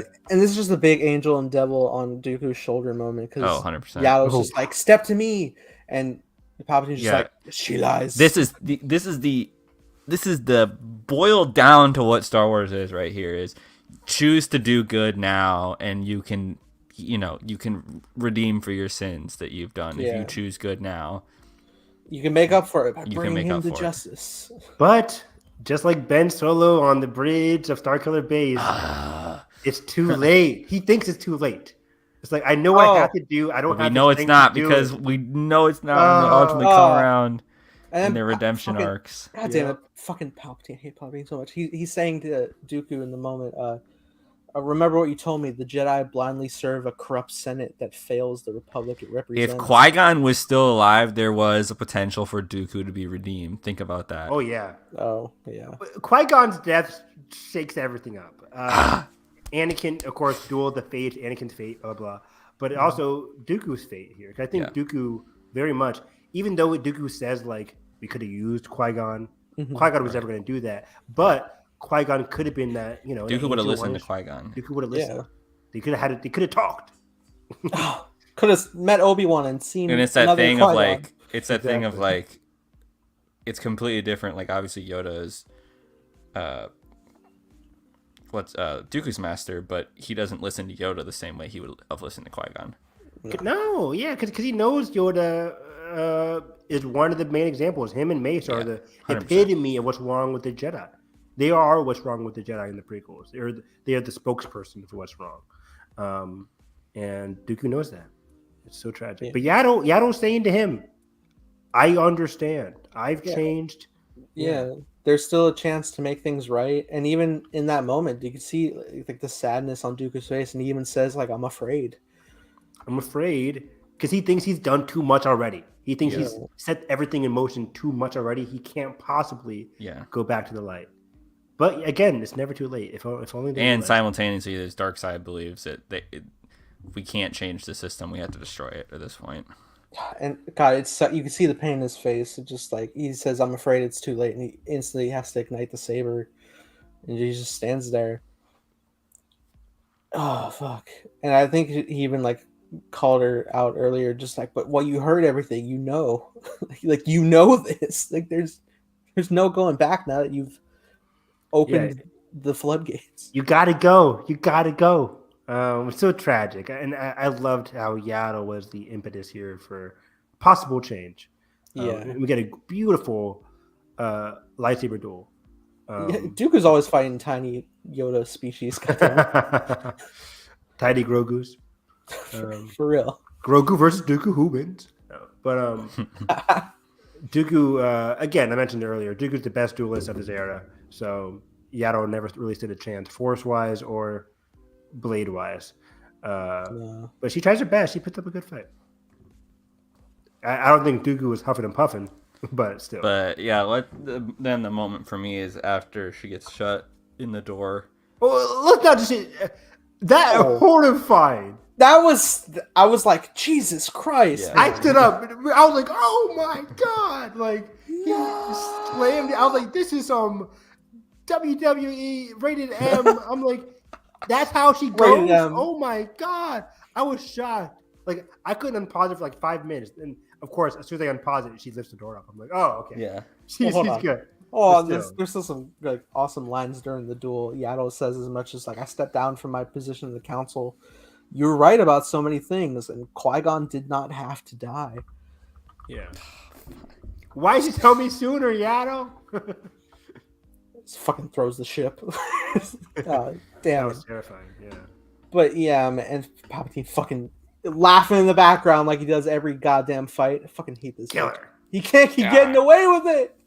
Yeah. Choose your loyalty. Nobody says kill like Sidious. But yeah, oh my God, the way the fucking door closes, like fucking like smiling mouth. That was dark. I was like, holy it's so shit. dark. And then even at that moment, Dooku just collapses to the ground, just like fucking, what have I done? And what have I done? What have I done? And Palpatine's fucking rise, my friend. Not your Nobody says fucking rise friend, like man. Rise. And speaking of rise, Yaddle fucking binary sunset theme hitting. Yeah, Yoda's theme, I think, or something. That was wild. It's I think Luke's primary theme. It's the binary sunset. Oh, it is? Okay. I thought it was Yoda's theme for a second. But yeah, it's just like she really just opened to give one final judgmental look, honestly. And then she just claps forward. and the light shining on Palpatine backing away like from a the little light. vampire. I was like, this is the symbolism out the ass. I love it so much. It was beautiful. Yeah, like Carton said, like a vampire. It's like, I'm allergic to the light. Let me stay in my darkness and shadows. And Dooku's like trying to be insistent, like, I'm just trying to bring peace over the galaxy. And Yaddle says, already so many have suffered for what you call order. And Dooku's just like, well then, let me give you peace, Master Yaddle. Come on! Ring the bell. Subscribe. I'm sorry. That death sound too was like that short gasp or whatever. So like I couldn't even imagine like how he striked. It's awful. Just a swipe. Man, I know, but just like, fuck, man. It's so tragic. Like, so she's so defenseless, and immediately I go back to Yaddle, just thinking like, when you join the Jedi Order, you never think I'm going to die because of one of my own. Did we know Yaddle died before this? No. Just that, like, she was gone after episode 1. I mean, she left the council. Yeah, whatever. What did the council think? Oh, she's on vacation. Oh, did they investigate? Come on, guys. Yeah, we couldn't find Cypodias. Probably can't find it. Yeah. Like, did they ever find her body? They probably disposed of it, right? Like, I don't think she could probably still be in that fucking building, and like they're not gonna go look because it's the slums, isn't it? The next people who come there are Dooku and Palpatine again. They probably cleaned her body up. Probably put it in an incinerator. 10 years later, they're still chilling. Yeah, her body's still in the corner. No, the corner, not the corner. That's a dark tweet in the making right there. Yaddle's body circa. Where's the red arrow? Attack of the Clones. Red arrow. Look where she is. God damn. Oh god. Well, that concludes. Didius, why does it still smell in here, man? It's been 10 years. Yeah, but this episode was peak. I think this is great. I think episode 5 is then it goes into the weakest episode. I think personally. Yeah, this wasn't really it's just fine for me. Like it's the most nonchalant of them, and it's just a lot of foreshadowing out the ass. It's like, no, no, you're wrong. It's great. I mean, I don't think it's bad. Look, I know you're just happy to see Anakin and Ahsoka. That's not why. That's not why. But it's like again. Shut up, Anakin. You're so no. Dang. Wow. No. Okay, well, I think it has more thematic resonance than that. Oh, absolutely does. I don't know. Maybe I was just bored. Nathan, with it. give me I your don't take. know. All right. Well, Kanan's in the background. The character model that Carson didn't recognize from Bad Batch. Wait, Kanan's in this episode? Yeah, baby. Where? Are you serious? He's in the intro of the training. He's in the intro. He's watching so good training. Didn't see him? Go pull it up. I know you were pulling up Andor earlier. Him and David Palapa are sitting there in the audience. Yeah. Oh, it's the kid that goes, wow? Like, oh. Well, he's silent, but yeah. I didn't know that was Kanan. What is you not Again with you. Kanan? Why don't you know it? Why don't you know him? I need to rewatch Rebels, man. I guess I forgot his face. Like, God damn. It's a kid face, my guy. I still don't know how you didn't know that was him in Bad Batch. That was hilarious. no. Well, because first of all, this motherfucker changed his name. Like, Caleb. just be your Caleb Doom or whoever you are. Boy, who's this Vader guy? I don't know. Because then I'd be like, oh, it's Caleb. Like, Wow. So you're a name guy, not a visual guy. Got it. Okay. well, because normally when you introduce the kid, they say the name and they're like, oh, whatever. Yeah, just a small Easter egg. Okay, I didn't know. Anyways, Anyway, this is a good episode. I mean, yeah, it is like a pretty pretty simple. well, it's fairly simple, but it is pretty resonant. The repetition of the training, we start off with Ahsoka doing the training for the council of these new training remotes that simulate battle droids, and everyone's just like, oh yeah, well done. Yeah, But Anakin's just like, no. this is fucking bullshit. Like, I'll give you a real test, and Ahsoka's like, oh, fucking name it. The real dialogue. But it's like, all right, we're on. Boom. They meet up with Rex and Co. Jesse's there too. Fucking depression. And basically they're just like training set to stun. And it's repetition. Fucking knocks her off for an hour. And as soon as she wakes up, she's like, all right, come on. You'll get used to it. Again. Bro, they were just standing there for a whole hour. I would have died if one of them like, oh shit, I forgot to leave it on stun, right? I didn't leave it on stun. My bad. Shit. It's like, oh, it's live. It's live. That's funny. Immediately, Anakin's like, make sure you set the stun, and everyone's like, oh shit. Let me fix like no one was on stun. Why the fuck? We're home. This Jedi should deflect it. This is wartime. I don't know, man. Yeah. Um, But I do think, real quick, I think one thing to take away is that Anakin, like after Dooku leaves, he believes nobody else is willing to change the council. Right. Anakin, So he's trying to steamroll. we see Anakin being one of those people who doesn't follow the rules and regulations. You saw Obi-Wan Yoda watch as Anakin is telling Ahsoka, like, don't do what the council's doing. Like, don't just go with those basic tests. We got to do things my way, a different way. Now, granted, Anakin is somebody that kind of follows in Dooku's footsteps in terms of not following the rules of the council and then going to the dark side. But Ahsoka is not following the rules of the council, but stays on the light side of the path. right. That's what I took away from it. But yeah, I really like the whole final shot thing, switching over to the Siege of Mandalore. Siege of Mandalore is Finale, perfect. yeah. Great stuff. So heartbreaking. It is heartbreaking.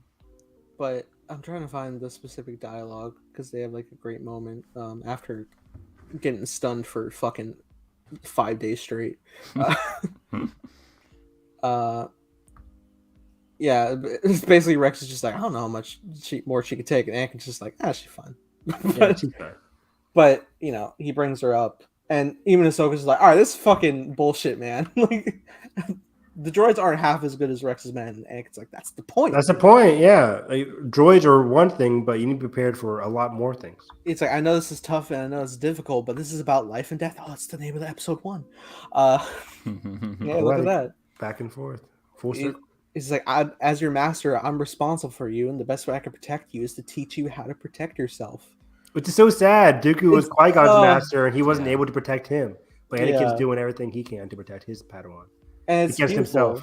himself. Just like, if you can hold off Rex's men, you'll be ready for anything on the battlefield. At least anything with a blaster. Oof. And when you have the full context, like, even Anakin doesn't know about Order 66, but like, Nope. he indirectly prepared her for such a thing. And I think that's just like even more impactful. I mean, obviously we've already seen the finale of Siege. Yeah. But when they showed this new shot of them walking at this angle, it's literally hundreds of clones all together, and she fought them all off. Yeah. It's so crazy. impressive. I gotta watch that episode again. I think that's part 3, right? Yeah. Well, the final fight was, I believe, part 4.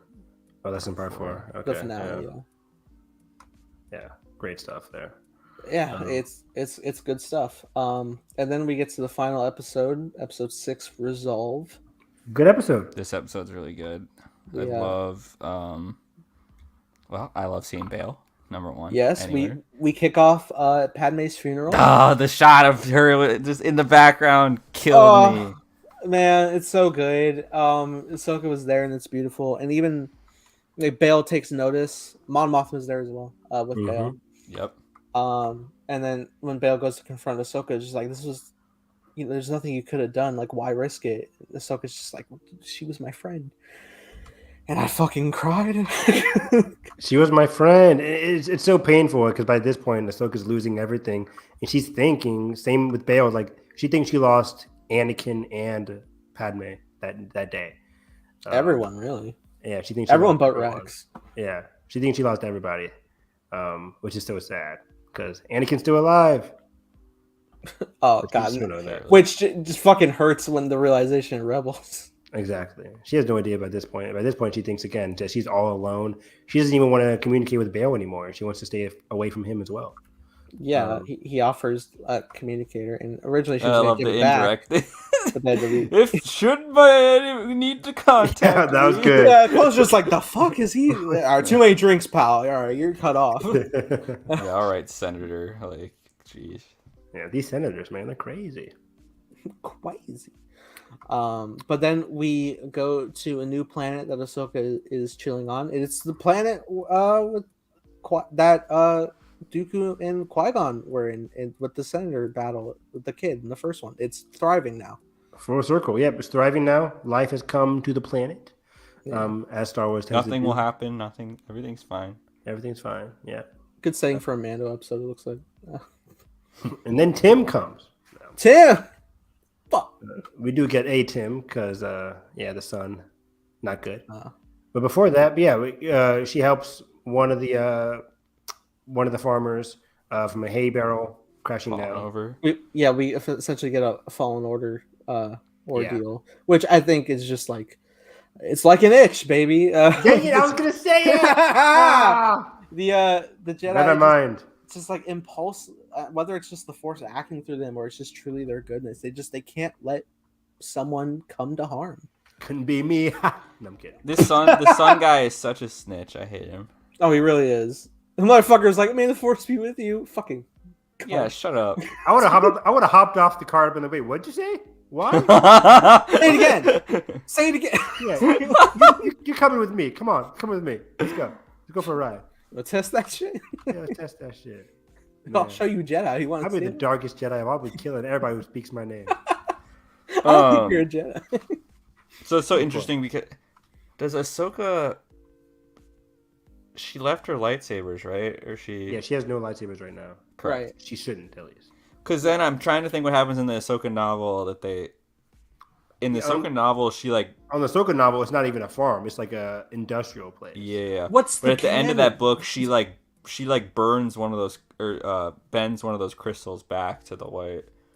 Yeah, she purifies it. I think it is. I think it might have just been exploding in her hand.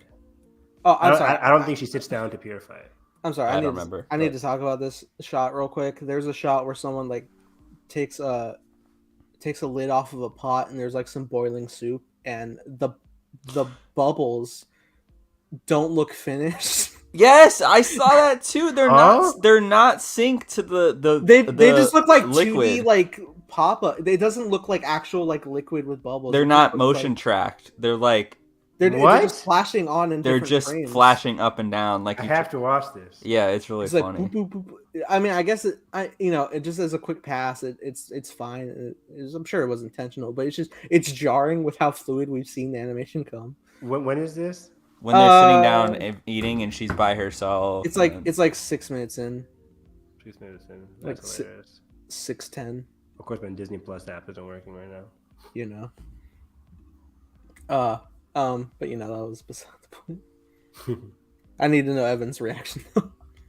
Continue talking. I'll look for it. Okay. Well, but the lady's very nice. With Ahsoka. I mean, I know she saved her life, but she seems like very like hopeful, like a kind of person. Yeah, totally. And just like to have that, to know they'll be safe. Like she was so excited. Yeah. That nothing of harm was going to come to them. And man, I think Andor is having an effect on my mindset because they started having dialogue about how we can't keep up with Imperial quotas, and this fucking asshole kid is just like, fucking, he's so like dick riding the Empire. He really is. Yeah. Man. It's like, Palpatine brought peace, and they're like, shut up, dude. Through persecution. It's like you've known nothing else. Oh my god, the bubbles. You see? Yeah. What is that? That's weird. What are you showing me? I'm gonna go pull this up now. That's not right. It's a split second, but yeah. It's, but anyway, yeah, like the dude's like, Palpatine brought peace through persecution, and the kid's like, we're not citizens like us, only rebels who threaten the Empire. Shut up. Like, what are you guys thinking? I'm like, but again, it's the older figure that knows like the real truth of it all. But this younger generation, he's kind of new of it all. He's just like he doesn't know what change looks like. He's only known basically what it was. Yeah, he's used to what he's been born with and what he's seen throughout his experiences, and he hasn't experienced a lot. He's going to be experiencing a lot more soon, but rude awakenings are coming. Rude awakening. Mm-hmm. But yeah, and then what's after this? They come back, right? They go on the trip. They're coming back from a trade to get payment for their resources, but they're like working out. What's that smell? It smells like burning flesh. I thought you were gonna say smells like bullshit. That too. Yeah. But yeah, they come back and everything's burning, everything's on fire. Fog has a lot of fucking fire. People are, they look dead. They're dead. Even the droid is fucking burning alive. Even the droid is burning. I'm like, no, not the droid. Not the chicken walker. The chicken walker. But then we have an Inquisitor here. Is he number one? Is he Inquisitor number one? No idea, but his outfit looks awesome. He looks doesn't cool. last very long. No, I liked it though. It's a samurai showdown. Yeah, he's cool. It's Clancy Brown doing the voice. Is it? It is. Oh wow, good job, Clancy. Was this his fourth Star Wars character? He did everything. He's great in Rebels. I ain't going back, Kanan. I ain't going back to prison. Great.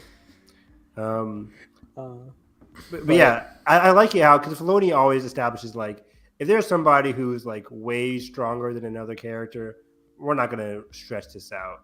Like, we're not gonna do this. So yeah, it's a wrap. Yeah, and it's great. We have the confrontation, and seemingly the Inquisitor knows who Ahsoka is. Oh yeah, I forgot. He was also at that training session with Anakin and Kanan. Was he? No, I'm kidding. Maybe. He's like, oh, she's good. She's good. I mean, obviously, that's the thing with the Inquisitors, are they are fallen Jedi. So yeah, he probably would. And he says by name, Ahsoka Tano. So, but it's so cool how she takes him down. She finds the fucking weakness, deignites it, fucking karate kick him back, slashes fucking mask off. It's so good, so quick, so samurai. Open. Yeah, a lot of blood. His face was like split in half. I was really shocked, Filoni. Damn, you just slipped that in. I didn't know it was TVMA. Fuck. Yeah, exactly. That was crazy. Oh, the Found Destination? Okay. And it's so funny because then immediately the fucking sister comes in and is just like, look what you did, you idiot. Look at it. Just look at it. But then this is the moment where Ahsoka decides to call in the favor for Bail to help these people. And then Saw arrives. Oh my god. No, but then she ultimately decides she's gonna get back into the fight again with Bail and ultimately take on the Fulcrum alias again. Fulcrum alias, which is good. It comes full circle. So going down. Look at you, right back into the thick of it. Right back in the mess. To the thick of it. Go home. Who's the girl? That's Maz quote along. Where's my boyfriend? Anyway. That was fun. 3 hours. 3 hours. Oh, it's 12:32. It's bedtime. Past your bedtime, Nathan. It is. I have to go to bed immediately. No winding down. No phone time. No lanterns. No Kryptonian. Oh, There's Kryptonian now, but that's another podcast. Anyway. Yeah, man. This was a fun one. My head hurts. Fuck. I'm tired. Wow. You had a freak out and you saw the clock. I know. He's going through it. That's shit. I don't know. Look, there's a lot of dialogue spoken on this podcast. I said the C word. It wasn't pretty. Did you? Yeah, I did. You may have missed it. See if you can find it. Time code it. I missed it. You said the what? The C word? I don't think you did. I did. I don't think you did. No, I didn't. I'm so lost. Find me on Twitter at HarrisEV9. I'll be up for the next 3 to 4 hours. I had a fun time. Tales of the Jedi was amazing. I would really like it to be done again, just like Star Wars Visions. Maybe with maybe it doesn't even have to be Dave Filoni. It could be the people behind Resistance or Bad Batch or whatever Star Wars creator wants to have a story they want to tell, and let's do it in Tales of the Jedi. Let's see Ben Solo stuff animated. That would be amazing. I would love that. Luke Skywalker stuff, maybe not. So you Please never know. no. Please no. Well, of all places that we're gonna do it, let's. Animation. I think characters like Ben Solo, maybe some Han stuff. Didn't you? Well, it has to kill the Jedi. Never mind. But I'll take some Jedi. Yeah. Ben, Jedi Leia stuff, maybe some just certain stuff. Post episode 6 that we don't know about. Maybe pre episode 1 again. I like that era. Future Rey Finn stuff. So yeah. Movie wise, I saw Triangle of Sadness today. Very good movie. I saw All Quiet on the Western Front on Netflix yesterday. Brilliant movie. I want to see both of those movies. And yeah, a lot of good stuff. I've been playing God of War recently and prepping myself for Ragnarok in 2 weeks. Yep, that's about it. Carson. Yep, over on Twitter at the Film Carson. Still have COVID, believe it or not. Still testing positive after 8 days or whatever it's been. But yeah, just finishing up one of my classes this weekend and watching some anime. Spy X Family this morning was excellent. And My Hero, Blue Lock, Chainsaw Man on Tuesdays. Oh yeah. Too much stuff. Too much. Oh, are you watching Mob Psycho? Yeah. Yes. Season 3? I just watched the first episode of season 3. Good. It's awesome. And then I've started Cabinet of Curiosities for like a Halloween watch, and really, really good so far. Just the first episode, but they're all an hour long, so it's really truly you get an anthology experience. So I can't wait to watch the rest of them and see what all the other directors have brought to the table. Yep. Yeah. No. What do I do? Where am I? Go to sleep. Thank you. Yeah, I'm gonna leave it here. There's not much going on. I'm making a TV show called Time Blazer. No big deal. I'm considering converting my more successful YouTube channel into an animation channel because it's been inactive. The for audience 3 years. reactions one? Yeah, it's because it's been inactive, and I've more or less been posting audience reactions on my main. So, you know, make the jump. Because I mean, goddamn, 10,000 subscribers would be a nice launch pad. What am I posting? Sorry. But yeah, just the future, it's coming. But that being said, the futurist is here.